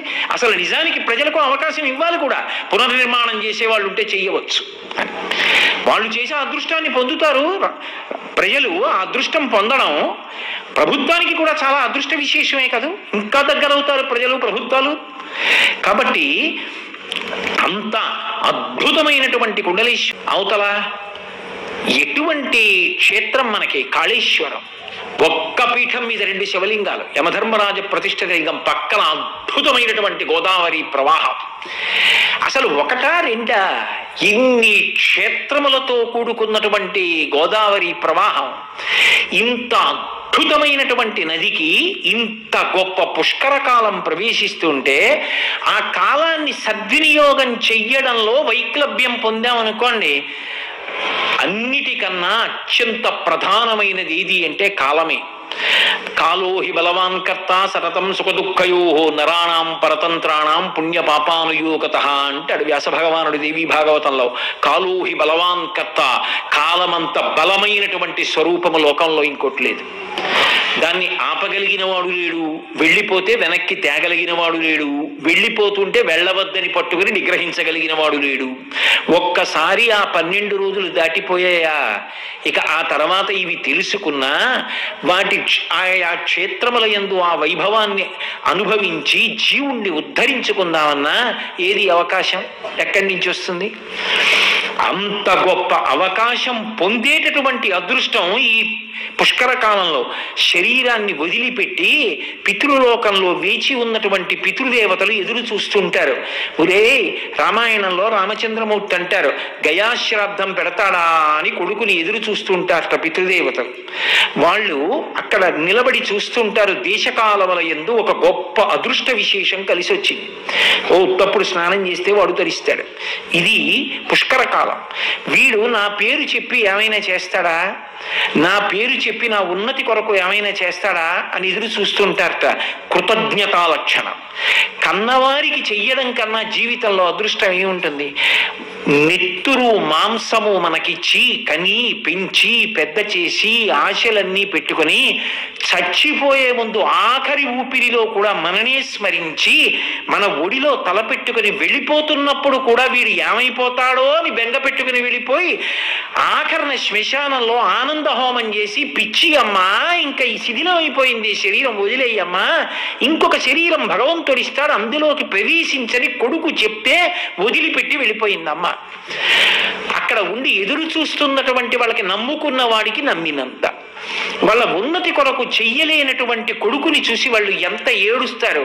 ఆ పైనుంచి చూసి ఇన్ని కోట్ల మంది వాళ్ళ తల్లిదండ్రులకు చేస్తున్నారు, నా బిడ్డడు రాలేదే అనుకోరు. ఇంతమంది తరించడానికి ఒక గొప్ప అవకాశం. అందున మిగిలిన నదులకు ఈ నదికి ఒక పెద్ద భేదం. రెండూ గంగలే, రెండూ శివజటాజూటము నుంచి ఆవిర్భవించినవే. ఇంకా భగీరథుడు తపస్సు చేయడంలో తన పితృదేవతల్ని తరింప చేయడానికి తీసుకొచ్చాడు. కానీ మహానుభావుడు గౌతమ మహర్షి గోదావరిని తీసుకొచ్చినప్పుడు తన సంబంధీకులైనటువంటి వారిని ఉద్ధరించుకోవడం కోసం తీసుకురాలేదై, తాను చంపని గోవుని తాను చంపాడని అంటగడితే పాపాన్ని, అసలు ఆయనకి ఆ పాపమే లేదు. ఆ పాపం నుంచి వినిర్ముక్తుడవడానికి, లోకాన్ని ఉద్ధరించడానికి అంతకు ముందు వచ్చిన క్షామంలో ప్రజలు పడిన బాధలు చూసి ఒక జీవనది కావాలని పరమశివుణ్ణి ప్రార్థించి ఆయన జటాజూటంలోంచి తీసుకొచ్చాడు. అయినప్పుడు నా దృష్టిలో నా గోదావరి గొప్పది. అటువంటి నదికి పుష్కరాలు వస్తున్నప్పుడు ఎంత పెద్ద పండగ! వస్తున్నాయి పుష్కరాలు వస్తున్నాయి. మనందరం క్రమశిక్షణతో ప్రవర్తించాలి. మన అమాయకత్వం ఏంటి అంటే, పుష్కరం వచ్చింది అంటే నదీమ తల్లికి సమర్పిస్తున్నాం అనుకుని నదిలోకి విడిచిపెడతారు. కానీ అలా దోషభూయిష్టం. ఏదో ఓ చీర పట్టుకెళ్ళి నదిలో విడిచిపెట్టేశాను అనుకోండి, అది ఏమైపోతుందంటే నదీ పరివాహక ప్రాంతం అంతా కూడా జనం నిలబడి మడత విప్పి ఇన్ని లక్షల చీరలు విడిచిపెట్టారు అనుకోండి, అది నీటి ఎందుకు కరగదు. ఇన్ని చీరలు నీటి అడుగున నిలబడిపోయి కుళ్ళిపోయాయి అనుకోండి, నదీ జలాలన్నీ పాడైపోతే, ఆ నదీ జలాలు తాగి లోపల ఉన్న జలచరములన్నీ పాడైపోతే, ఆ నదీ జలాలు త్రాగడానికి యోగ్యం కాకుండా పోతే ఆ పాపం ఎవరిని చుట్టుకుంటుంది? ఏది చెయ్యాలో అది చెయ్యాలి. అందుకే మనం ఏది చేసినా ఏం చేస్తామంటే ఆ దేవతా ప్రీత్యర్థం దానం చేస్తాం అంతే. అంతేగాని కూరగాయలు పట్టుకెళ్ళి నదిలో వేసేయడం, బట్టలు పట్టుకెళ్ళి నదిలో వేసేయడం, ఆవుని పట్టుకెళ్ళి నదిలో వేసేయడం, నాగలి పట్టుకెళ్ళి నదిలో వేసేయమనే అది కాదు. ఆ నది ప్రీతి కొరకు మనం తినడానికి, నది స్వీకరించడానికి తేడా ఉంటుంది. దేవతలు తినరు పదార్థాన్ని. దేవతలకు అక్కడ పెట్టాను అనుకోండి, నా భక్తి చూసి వాళ్ళు కళ్ళు తెరిచి చూస్తారు. యజ్ఞంలో హవిస్సు అయితే తింటారు. హవ్యవాహనుడై అగ్నిహోత్రుడు పట్టుకెడితే ఇలా చూశారనుకోండి, ఇలా చూడగానే అది దేవతల యొక్క ప్రీతికి కారణమైంది, నాకు అది ప్రసాదం అవుతుంది. అది నాకు పుష్టిని తుష్టిని ఇస్తుంది. అందుకే జీవితమే ప్రసాదం. అందుకే ఆంధ్ర రాష్ట్రంలో ఇప్పటికీ ఒక మాట వినపడుతుంది, పేర్లు పెట్టుకున్నప్పుడు ప్రసాద్ ప్రసాద్, ఈశ్వర ప్రసాద్, విష్ణు ప్రసాద్, నారాయణ ప్రసాద్, చివర ప్రసాద్ అంటే ఈశ్వర ప్రసాదము. జీవితమే ప్రసాదం తప్ప దేవతల యొక్క అధిష్టానము యొక్క అనుగ్రహము కొరకు అని సంకల్పం చెప్పి దానం చేయాలి తప్ప అవన్నీ పట్టుకెళ్ళి నదిలో వేయడం, నదిలో క్రీడించడం దోషం. నదిలోకి వెళ్ళి ఆటలాడడం, నదిలోకి వెళ్ళి గంటల గంటల స్నానం చేసి మిగిలిన యాత్రికుల్ని ఇబ్బంది పెట్టడం, ఇవి ధూర్త చేష్టితములు. అవి ఎవరు చెయ్యరు అటువంటి పనులు. నాబోటిగాడు చేస్తాడేమో అని నన్ను నేను హెచ్చరించుకోవడానికి చెప్తున్నాను తప్ప ఎవరో చేస్తారని నేను చెప్పట్లేదు. కాబట్టి చక్కగా ఆ కాలమునందు అంతమంది దేవతలు పరివేష్టించి ఉంటారు. కాబట్టి ఏ క్షేత్రాన్ని దర్శించినా, ఏ దేవాలయాన్ని దర్శించినా, భగవన్నామం చెప్పినా, 10 మందికి అన్నదానం చేసినా, లేదా కూర్చుని చక్కగా ఏ సహస్రనామ స్తోత్రమో పారాయణ చేసుకున్న, ప్రశాంతంగా ఒక చోట కూర్చుని భగవన్నామ సంకీర్తనం చేసిన, నలుగురికి ఉపయోగపడిన ఏది చేసినా అది దేవతల యొక్క విశేషమైనటువంటి అనుగ్రహానికి కారణమవుతుంది. వీటన్నిటికీ అనుగ్రహానికి అంతటికీ కారణం ఎక్కడి నుంచి వచ్చింది? తుండిలుడన్న బ్రాహ్మణుడు పుష్కరుడన్న పేరుతో తీర్థములకన్నిటికీ చక్రవర్తి అయినా, బ్రహ్మకమండలంలోకి వెళ్ళినా, మళ్ళీ బ్రహ్మకమండలంలోంచి బృహస్పతి దగ్గరికి చేరినా, బృహస్పతి 12 రాసులలో ప్రవేశించి ఒక్కొక్క నదిలోకి వెళ్ళినా, ఆ నదులకు పుష్కరాలు వచ్చి ఇంత పుణ్యశక్తిని ప్రకటనం చెయ్యగలిగిన, ఈ విభూతి కంటికి కనపడని ఈ శక్తి జీవుడి ఖాతాలోకి వెళ్ళేటట్టు చేసిన వాడు మూర్తివంతమై ఎదురుగుండా నిలబడితే వాడు భవుడు. అది అష్టమూర్తి తత్వంలో నేను అక్కడ బయలుదేరాను. కాకపోతే వస్తున్నాయి కాబట్టి పుష్కరాలని కలిపారు. అది మరి తెలుసుకోవాల్సిన విషయం. దేశకాల పరిజ్ఞానం లేకుండా చెప్పింది ఉపయోగం. దేశకాలానువృత్తిశ్చనయశ్చనయ పండిత అంటాడు రామాయణంలో సుగ్రీవుడు. దేశము కాలము దృష్టిలో పెట్టుకుని మాట్లాడకపోతే విన్నవాళ్ళకు ఉపయోగం ఏమవుతుంది? కాబట్టి ఇలా మనం ఆయన యొక్క అనుగ్రహం చేత ఆ నీటి యొక్క వైభవంతో ఇహము పరము రెండూ సాధించుకునేటటువంటి అదృష్ట విశేషాన్ని మూట కట్టుకుందాం. ఆ పరమేశ్వరుని యొక్క నిర్హేతుక కృపాకటాక్ష వీక్షణముల చేత పుష్కరములు సమస్త భక్త జనావళికి కూడా విశేష ఫలితములను ప్రదానము చెయ్యడమే కాకుండా తెలుగువారు ఎక్కడెక్కడ ఉన్న ప్రాంతములన్నీ వృద్ధిలోకి వచ్చి అందరూ ఐశ్వర్యవంతులై పరమ సంతోషంతో సంతృప్తిగా బతికేటటువంటి అదృష్టాన్ని ఆ గోదావరి నది యొక్క అధిష్టాన స్వరూపము శివతేజస్సుని భవస్వరూపంగా మన యందు ప్రకటనము చేయవలసినది అని నేను ఆ పరమేశ్వరుని యొక్క పాదములు పట్టి మనందరి పనుపున నమస్కరించి ప్రార్థన చేస్తూ మంగళాశాసన పరై మదాచార్య పురోగమై సర్వైశ్చ పూర్వైరాచార్యై సత్కృతాయాస్తు మంగళం. మంగళం కోసలేంద్రాయ మహనీయ గుణాత్మనే చక్రవర్తి తనూజాయ సర్వభౌమాయ మంగళం. ఉమాకాంతాయ కాంతాయ కామితార్థ ప్రదాయినే శ్రీగిరీశాయ దేవాయ మలినాథాయ మంగళం. సర్వం శ్రీ ఉమామహేశ్వర పరబ్రహ్మార్పణమస్తు. ఈ వీడియో గనక మీకు నచ్చినట్లయితే దయచేసి లైక్ చేయగలరు. ఓం నమః శివాయ.